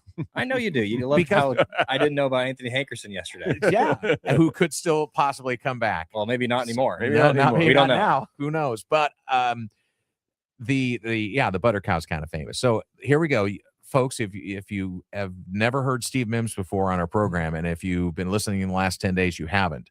You have now just experienced your first turnaround of the 6 degrees of Steve Mims. So there we go. Now he has more in his arsenal. I should have told him I host a radio show out there too. Maybe we could have gotten him on, but at the time I was just trying to introduce. We him can to my still try son. getting him I on. just wanted to have my son on to meet the men's basketball coach. So it was cool to meet, and he was just kind of hanging out at the fair. It was cool. Yeah, well, it's a cool story. So the women's soccer programs, as we go full circle back Sorry, I into took it. you. No, I it's took fine. you. I Again, took you into the Drake soccer and didn't let you know back. what? You so. guys with the rabbit holes. I feel like I'm herding cats sometimes on this program, but that's fine. This is what the drive is. And the Oregon Man Clinics hotline open for you, 541-844-3484. If you want to talk about butter cows, please call us toll free, 877-844-3484. I really like Tracy Joyner. I do too. I think that, I played soccer growing up, and that's the kind of coach I think I would have wanted. Somebody that basically, she's clearly somebody that's well-spoken. She has a really interesting background in terms of what she's done and leading up to this job. And she has that, I forgot what it was, like the UEFA. She's a licensed UEFA coach, and she had to go, and she went to, there is like a whole series of steps and certifications and training that you have to go through for this. And she actually went to Europe to go do it, which is kind of cool. No, I think seems like a great coach. I think the results are going to come. And as I said, she's the kind of coach that I would have wanted to play for. I think that Oregon women's soccer still has never been to, it's like been 16, 18 years they've had the program now. got close once, and I don't believe they've made it into the postseason. Yeah, have made it in, and been through a few coaches and cycled through a few. But This hopefully might be she's the one- year. She might be the one that get me. If not this year, she's certainly building something where you can say you can see it in the near future. Can we get Rocco Beck to go to class? Justin, can you get into Rocco Beck's ear? Maybe you can ask another guy that has a similar last name than Carson, who has been known to skip classes. Carson Beck was asked last year about this, and he had a similar answer. Classes don't matter, apparently, to some kids in college. Well, you can always fall back on being a welder. We'll come back, close out the show here on a Friday. Sports Animal. Sometimes they're right. Rest my case. Sometimes they're wrong. You want the truth. You can't handle the truth. But no ears were harmed in the making of their disagreements. I don't know what we're yelling about. You're listening to The Drive on the Sports Animal Eugene. Yeah. Can you pass me a Baja? A what? Mountain Dew Baja Blast. Try it. It's tropical at first. Then the lime flavor hits. Oh, okay. It's great. Tastes like vacation. Right? Mm-hmm. And it's mine now. Have a Baja Blast. Enjoy cool savings on Mountain Dew fountain drinks all summer long. Any size for just $1.50 at participating convenience stores. Running a business means taking care of everyone else, employees, customers, and your community. But who's looking out for your future? Your Eugene area Edward Jones advisors understand what's important to you, from your business goals to your family's needs, and help you create a strategy that keeps your financial life organized and on track. Your Eugene area Edward Jones advisors. Let's start the conversation. To locate the Edward Jones financial advisor nearest you, visit edwardjones.com. Edward Jones, member SIPC. Are you curious about who offers the best deals on top-rated Samsung, LG, and Sony TVs? The answer is surprising. It's not online, and it's not the warehouse clubs. The best deals on top-rated TVs are at Video Only. Don't believe it? Then check out the trade-in deals at Video Only. How about $500 for your old TV? Try doing that online. Before you buy that new TV, drop into Video Only. If you don't, you'll be sorry. Almost every car made over the last 10 years has a camera. Did you know that when you replace a windshield, the camera needs recalibrated? If your glass provider doesn't fix the camera, you could have issues with safety features like forward collision alert, adaptive cruise control, or emergency braking. Don't trust some guy in a truck to fix or replace your windshield and then have to make a second appointment to calibrate your camera. You need Olson's Auto Glass, 2041 West 7th Avenue in Eugene. Olson's Auto Glass, repairing windshields since 1938. Oregon. This is our home. From its wide Pacific shore to its majestic peaks and open desert, this state has it all. But one careless spark could take all of this away. Whether you're at home, at play, or on the job, the power and responsibility of wildfire is in your hands. Please, keep Oregon green. Down by one with only 10 seconds to go. Anders gets the ball, shakes the defender, has an open shot, and he's checking his phone. What in the world is he doing?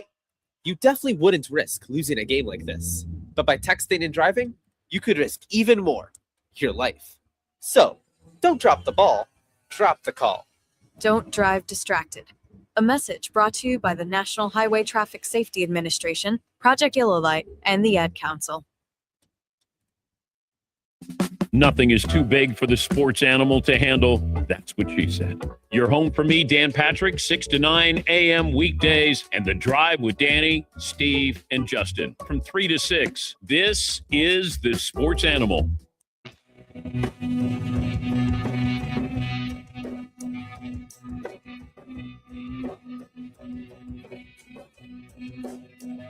Right after the show's over, we'd head on over to the podcast. And by the way, I'm going to have a page for all of our affiliates as well. Our friends in Klamath Falls, Roseburg, Newport, and in Medford. And you can also head to our website, sportsanimaleug.com. All of our podcasts are there as well. There's a link right there to it. You can find it, like, subscribe. If you don't have your own podcast platform, we've got one there for you. It's all embedded. YouTube as well, Twitter and Twitch. We're online there as we wrap up the program here for Friday. Boys, what are you doing this weekend? I'm going to try and play some golf this weekend. I've been asked, I've been invited for my birthday, and I'm going to take them up on it. Good for you. I don't know what I'm doing. I've been on a whirlwind of 8 days. You're I'm just going to be home. Yeah, I was going to say you should sleep. Slept in a little bit. How's today. your lawn look? I think I was home Sunday night last year, so I mowed it on Sunday or last week. I'm sorry. And I that came was back fine? from Garrett and Flood, so the lawn's fine.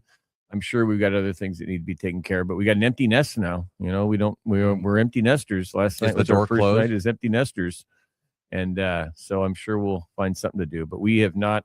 Everything's been focused on the last few days. We have not looked ahead. So you have not been like carting all the remaining stuff out of your Caden's son's room? Nope. Nope. Still We've gonna kept be it there? up there, and yeah. So we've got a bunch of stuff that didn't make the trip that we're going to bring to Goodwill. But I think other than that, we're going to leave a place for him to come home in December. We want him to have a place to stay when he comes home in December.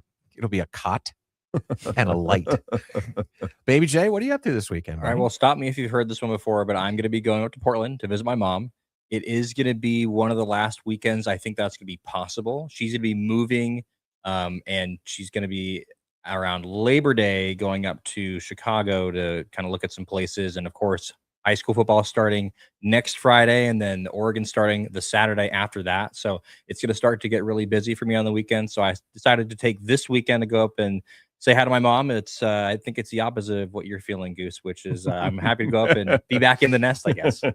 So I know what Rocco Becht is not going to be doing this weekend. Yeah, studying for class. Studying for a class. Rocco Becht, the Penn State quarterback who transferred from Iowa State. Now, here's the thing. He did get his undergraduate degree already. Okay. Now he is taking a single online class this fall semester so he can earn a certificate and get 12 credits toward pursuing a future master's degree.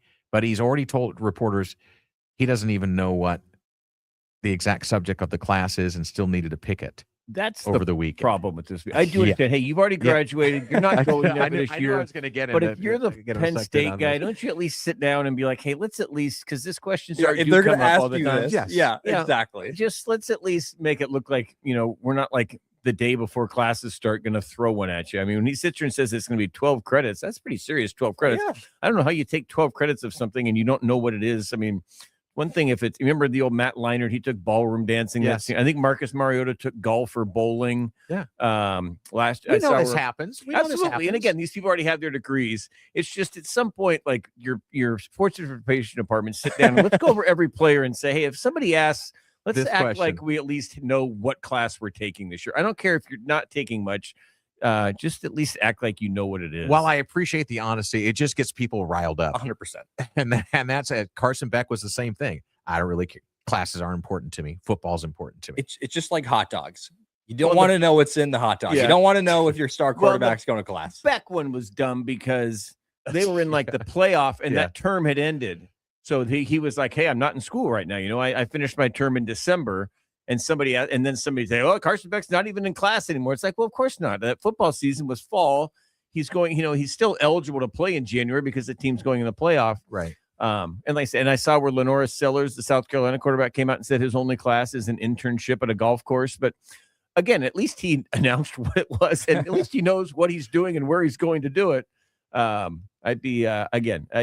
State folks, sit down with your people and just at least let them know what their classes are. I don't care what they are. They could be ballroom dancing. They can be bowling. I just don't want the guy 2 weeks before class to have no clue. And which also takes the idea that he just transferred there. Clearly, it wasn't a whole lot of academic reasoning for him transferring there. There wasn't a class he needed to take. We did. And we all, yeah. So where's Landon Tengwall when we need him? I'm about to say, we should have asked Landon. We've got a topic for him for next week, or maybe we can reach out to him and that's a say, good would you take Rocco Beck, just wrap your big meaty arm around his shoulder and just go, dude. I want to ask Landon, did he know a month before classes started what his class Great schedule, or question. was he finding out like right when fall camp started? That's a great question. We're going to find that out and others next week as well. So, kids, I want everyone to have a great weekend. Thanks for listening here on the Old Drive program. We're going to be back on the air for you on Monday and a whole week again. We're going to really start diving into football. We're going to dive in more into high school football as well. And around the state, we know that everyone's going to be gearing up. It's literally quote unquote a 0 week, but there's going to be a full slate of action in high school football on Friday night. We know you're going to get geared for it. We're going to help you get geared for it. There's going to start with some college football as well this coming up weekend, and we really get into it around Labor Day weekend, where it's going to be like everybody is going to be out in the bushes, and we will be out in the trees as well, with Oregon hosting Boise State, with Oregon State on the road against Houston and Willie Fritz, and the debut of Jamarcus Shepard. We're going to have plenty to talk about in the next couple of weeks. And please use us as one of those resources. Come on back, come often to our program, and join us on the YouTube, the Twitter, and the Twitch. Follow us, Sports Animal EUG, on all the socials. Keep the phone number, the Oregon Man Clinic's hotline, locked into your phone at 541-844-3484. Almost did it again. 541-844-3484, toll free 877-844-3484. And maybe we can give Rocco back a little advice about what class he can pick. All right, ready for dad joke? Yep, do it. All right. What do you call the place where parrots make films? What call you a place that parrots make films? Cheap. No. Cheap. No. Something school. No. Hollywood. Hollywood cracker. All right, Goose, have a nice weekend, buddy. I will. Thanks for having me back. Yeah, good to have you back. Yeah, good to have you back, Goose. I'll see you Monday. Baby J, peace. Put a smiley face someone else. They deserve it. So do you. God bless you. Take care of each other. We're out of here. Peace, kids.